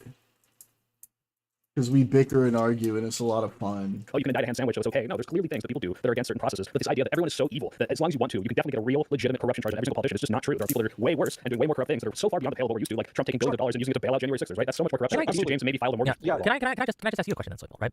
Say the subpoena happens. Is there any amount of information that could come out of the subpoena would you change your mind on this, where you would be like, of course. If it turned out there was a credible whistleblower that came out from the convoy and was like, Hassan Piker was selling state secrets to Cuba. Like, whether or not you agree with what we're doing with the Cuban embargo, if he's unironically like using subverting American intelligence agencies like to a significant degree, if he's making sure that they can like do some back channel like embargo like millions of dollars worth of trade, yeah, sure, that's what you really think happened. I think that's insane. But if it did, that could be the case. I don't think it is. And if it was, I would say, okay, well, maybe this is like starting to get way beyond what we think is some sort of. That's what you said tomorrow. I did not. He's acting as like a foreign agent. He's violating. I did not. Yeah, but I don't think that's the case here. So yeah, there's one, of course. So see, I think that's fundamentally. Oh, that's right. You're quoting Shia. I feel like your perspective, and feel free to correct me. I feel like your perspective is that movie debates we had on stream. Those are fun. Yeah. Collaboration that Hassan has about his political programming in We coordination. need more of that. We need Cosmic back. I think that it's like extremely important for us to understand exactly how specifically nation-state actors are influencing the political programming within our society. I think that's true. I think that's like a million more times true for people that we're potentially getting ready to go into military conflict. Can you lay out the hypothetical that you think might be happening here that's influencing Hassan Piker in the United States? This specifically happened on this convoy, not through. I think the reality is just that these people think that the reality is that people just think it's not a big deal, or that it'd be base or cool to collaborate with enemy governments as long as it's like communist. That's probably the actual thing, yeah. Literally any other means of communication? Yeah, I think Swan Marcus broke it down in a really plausible and reasonable way. I think that there is a very strong possibility that one of Hassan Piker's political confidants works nice. With, or just hate everything and argue why it's not good and why everything you like is better. Who essentially organizes that tasking through that individual that is a political confidant of Hassan and collaborates with Hassan and how to work that into what Hassan says about Cuba. And furthermore, the fact that it is I missed that. See, I missed that shit. That was always so much fun. Like every opinion or thing that I said, I would always be looking for Cosmic to just be like, no, and Picard facepalm me. I love doing the Music Mondays and doing the facepalm or Pragey. Is that correct? Yeah, I mean, all Hassan would have to do is sit down at a bar next to his friend who works as a doctor in the Cuban. I miss that guy. I miss him. About how to. Quite strongly. Well, are you saying that we should just have unrestrained? No, I'm just saying. Well, hold on, wait, it's it's easier or harder to track it? in America. The idea that this entire thing was so we could have a secret conversation with the Cuban government that would otherwise be monitored in an American bar. Like, this is like this crazy James Bond story we're drawing out here. It's like this is why he needs to be investigated. Hold on, this isn't crazy. This is also one of the whole like kind of the narrative of like, oh, nothing is really that bad. Like, this is insane. This would be crazy. Like, I don't know if Toybill has seen any of this like fucking snarker Discord server shit lately, but like I'm pretty sure him and probably everybody else, Hutch and Lonerbox server too, was like, oh, that's crazy. That level of coordination, that'd be insane. No way, that's impossible. But I mean, like, I said the same thing about Tenet beforehand. You can't buy YouTubers in the space. Do you know how much money that would cost? That would be an insane amount of money. I do hope they're touching grass. Okay, well, yeah, I guess that would probably do it. Yeah, that would be enough to do it. Yeah. This happens all the time. This is how it works. Yeah, this is how it works. Like, hold on. You're making it out like, hold on, stop. You're making it out as if this is some like wild conspiracy that's out there. No, look, I work in military intelligence. This happens constantly, all the time. Like, this isn't even abnormal. Idea that this is why we need to investigate the flotilla and not, hey, this is why. First of all, I don't think this is why we should go after Zahn, but this would seem to be justification to investigate this guy and everything he does, right? Every conversation he has with everyone at every restaurant, at every bar. Why is it that everyone should get this information or have this information in Cuba after doing this flotilla mission? If it was that fucking secret, why wouldn't you just go to Cuba and not broadcast it? Like, this is like weird, insane, like, you know, trumped up spy story to me. This seems really ridiculous. See, this is PJ Harvey for life. I think that this just speaks to the fact that you really just don't understand. I still love Alanis. Unfortunately, yeah. And as we were saying, there's no way to explain it because he thinks this is like all impossible, crazy stuff. The likelihood that this didn't happen is certainly below 50%. Like, no, I mean, so let me get this straight. So your position is that during Hassan's time in Cuba, between any times he spent in bars or at parties or in conversations around a table with a coffee and a sandwich, you're telling me that you think it is most likely that he didn't talk to anyone connected to the Cuban military. No, he might have. I mean, well, I don't think he might have. I think the likelihood that didn't happen is almost 0%. I think it's almost 0%. And do you think it's in America's interest to find out maybe what he communicated with about them? Which, by the way, the American... You don't think it's in our interest to know what influencer? Thank you. This should have been just the first question. You always have to start off like, do you think that this even matters? Would it be bad at all? Lamley, I think they're taking this out in Kick Chat. They don't think it's bad at all. They think it'd be based or cool or awesome. That's it. Like, this would have been such a better. We wasted 52 minutes to get to this point. That's what I just said like a minute or two ago. They actually don't think this is a big deal at all. They don't care at all about them. Which, by the way, the American... You don't think it's in our interest to know what influencer who is involving himself or trying to involve himself with American politics had to say to a hostile foreign government? You don't think that's in American interest at all? Depends on what information you think is being conveyed. Well, how would you know that without investigating? Still, again, trying to find out the distinction between him doing this in Cuba and getting the exact same information from any other contact that the Cuban has in America. I'll tell you the difference. I think the difference is that our laws have created a way in which we legally and societally find it a lot more acceptable to investigate things that people do overseas than the things that they do in their backyard. I think that people, because I think that there is something more nefarious about going to a hostile island where we know that there are all these serious problems with the government that's run there and having a political program there as opposed to getting a drink in your backyard. I think those are two very different things. And I think that is... Why? The same information can be conveyed in both of these places, right? So why? It's not the same thing, though. I'm going to feel way differently, and we're just... It's okay. Hold on. If Mossad approached me in a fucking bar in Miami Beach, this guy can't say anything. He has no leverage. He can suck a dick. What's he gonna? I mean, I guess he could try to kill him. What do I call 911? The FBI? Like, it's over for this dude. Like, it would be completely. This guy has absolutely zero control of what happens here. We're in an American city. I'm an American fucking citizen. He's a foreign national. We have the FBI. We've got the local police. We've got like. There's just. It's over, right? If I was in Israel and Mossad pulls me aside, or wants to have a conversation somewhere in a bar, even they don't have to pull me aside saying that I'm there. And the guy's like, "Hey, what's up? I work for Shin Bet. I'm a Israeli intelligence. I want to have a conversation with you. I need you to give me your passport." I'm like, "Excuse me?" And he's like, "Yeah, there are two armed Shin Bet people behind you. I want you to give me your passport. We're gonna have a conversation." I have nothing I can say or do at that point. The nature of that encounter, and this is just one in a trillion ways. The nature of that encounter is completely different than Mossad or some fucking whatever foreign intelligence approaches me at a bar and it's like, "Give me your ID." I was like, "No, fuck you, I'm an American citizen, motherfucker. I'm in the United States of America. What are you gonna do to me? Fuck out of here." Like, Yeah. it's insane to pretend that Fuck you, these bro. types of encounters are Fuck the you, same. yeah. It's just so stupid. And like, I've had. Not to leak too much, like I've had Mossad try to do this to me before. When we were all hanging out on Epstein's Island, sometimes you would get these Mossad guys who would say like, "Give me your phone, animation." Just joking. I think those are two government that's run there and having a political program there as opposed to getting a drink in your backyard. I think those are two very different things. And I think that is... Why? The same information can be conveyed in both of these places, right? So why is one different? Well, I mean, the same information I can't... don't know if this guy's not as familiar with that. He says he's a Lockheed liberal. Does he actually work with Lockheed or whatever? It's clear he's thought about this stuff like decently amount before. Obviously more than the Sparkle has, but necessarily be conveyed in different ways. There might be all sorts of sanctions against Cuban individuals. It might be very hard for Cuban intelligence to arrive safely in the United States in a range of... And if they are in the United States, they could be tracked. There's like 20 billion reasons why it's just such a different... like, imagine these people having to get to the United States, they'd have to sneak in, they would have to hope they don't get caught, if their cover is blown or compromised, there's a whole bunch of like potential things that could happen. Like both to the person themselves and to the foreign government involved, depending on how close the connection is. It's a totally The different universal encounter. hologram and So all three different. dimensions of Face-to-face experience with is an somebody of that illusion profile. I think protected that there by might be flat people 2D that boundary at the edge of space. outrageously You know what serious, I'm filters hearing? for people What that I'm trying to get hearing to the United States and vice is versa. Like, of course the it's going to be easier for world him is to a have... Like, vampire. Trump probably reinstated like wet foot right that you get your US citizen immediately, first of all. So you just like, get on a fucking boat and step in Florida. Bam, you're an American citizen. Did Trump really do that? Reinstate that? I we don't like illegal immigrants. I thought that was going under Clinton or something. I don't remember. It was a long time ago. Go talk to Hassan now. But also, what? He can't just signal like, the intelligence. If you're a Cuban and you get here illegally, you're considered a U.S. citizen. Oh, actually, it would make sense if Trump would reinstate this because I guess we hate communist Cuba or whatever. I'm not sure. I like that song. Also, Wet for Dry Foot is talking about illegal immigrants coming to the United States. 1979 is probably my favorite song by them, but I like that song. But also, what? He can't just signal like, the intelligence. There you go. Now I see a lot of it. Cuban officials, if they were to come to the States, That's not the right. Yeah, no, you gotta say that's not the right Smashing Pumpkins song. electronically, we got that. We're tracking. There's ways we can find out what's being said, how they're saying it, who they're saying it to, their conversations. We got that. Okay, in a very real way. So Hold on, let me finish. I'm questioning. Just to clarify, there's no way for them to hide any internet communications. It's much harder. It's much more difficult. I won't say There's no way, but it's much harder, much more difficult. Even that's why a lot of the important conversations these people have aren't over electronics. It is face to face, and it's much easier and safer to arrange a face to face meeting in your own backyard, in a place where it is the hostile nation's territory. And I think that it is in America's interest. And really, why for the? I came into this conversation on Hassan's side here, being like, this subpoena seems wildly crazy, like this is way too much. But the argument the bishop's making here is just true, right? That it's worth asking the question. Technically possible. What did you talk about? Technically possible. Who did you talk about with? How long did you have this conversation? Why is it safer? Why is it safer? Paint a picture real quick. No, somebody needs to answer that. Oh God, I hope, please. I hope that one of these two can explain what I just explained. It's such a different experience. It's so different. It is such a. I cannot explain how little I would give a fuck if some Russian operative or whatever was in a bar and was telling me, "Oh, I want to ask you some questions." Like, suck my fucking dick. Versus being in another country where any federal or national, whatever level intelligence or officer could take your passport and you're fucking in no man's land. Literally, the only thing you have to protect is the fact that you're a U.S. citizen and you better hope that no crazy fuck shit happens. It is such a different experience. It is such a different experience. Because in America, we have the ability. Okay, that's just how signal intelligence works. We have the ability to track. We have assets in place that can follow these people. If we track who comes into the country, and if they send one of their agents to the country, we know who most of them are. We can track them. We got people following them. We got all these spy shit, right? That's what we do. It's not movie shit. Like we have much less ability to do that in hostile territory. We just have less ability to project our intelligence and gathering. Right. We might not have the ability to record stuff. It's certainly triggering me, just like Hassan Cosmic probably, did. I would say Hassan is pretty happy with what he has going right now, and he is pretty happy with his own political programs that he has going right now. And if I had to guess, I would bet Hassan doesn't feel the need to get involved with any kind of dirty political programs that he doesn't want to. I mean, he's a millionaire. He's doing very well. It seems like his career is going largely in a positive direction. I would wager it is not in Hassan's interest to become hoodwinked by a hostile intelligence operation. And by the way, I really want to paint. Well, but also you keep in mind as well, people aren't just driven by clout or money. People can be driven ideologically as well. Communicating with somebody that wants to become a willing foreign asset or might think that there's something down the road there, you could definitely lean into a person and play to somebody's.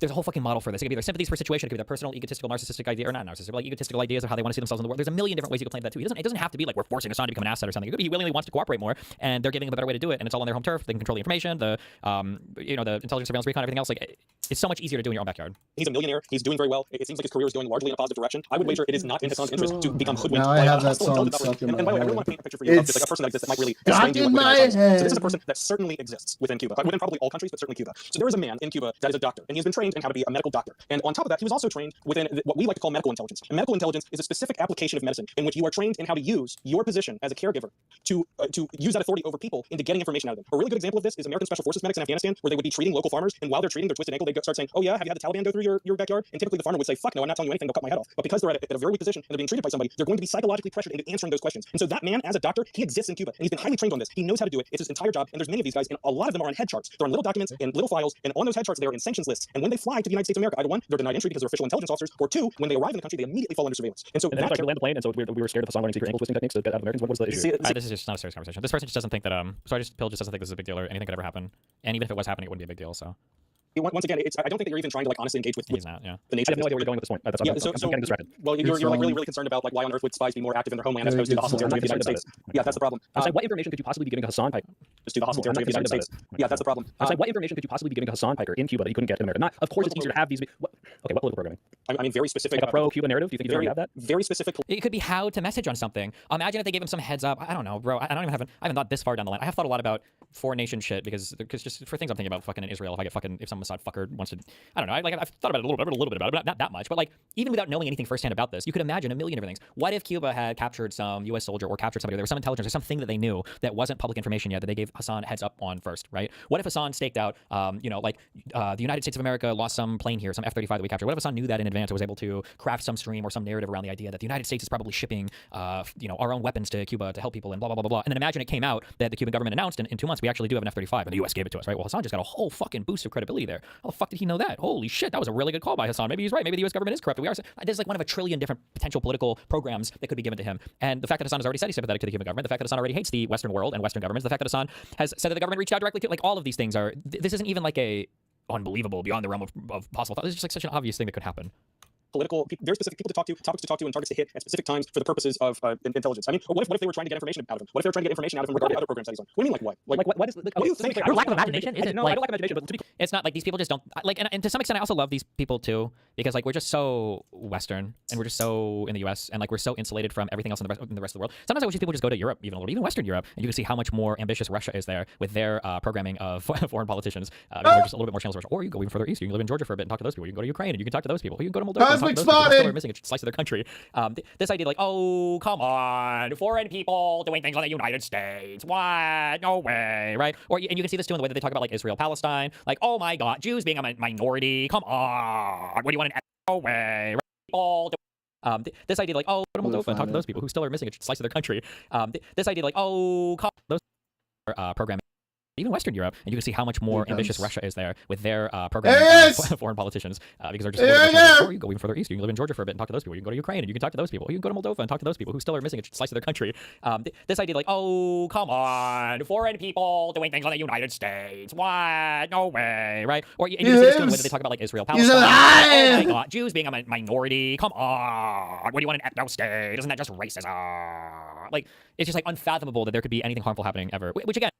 All right, enough of that. I think I'm going to wrap up for tonight. I'm going to try to come more prepared tomorrow for some better discussion where I drive the discussion. What's this? Oh, yeah.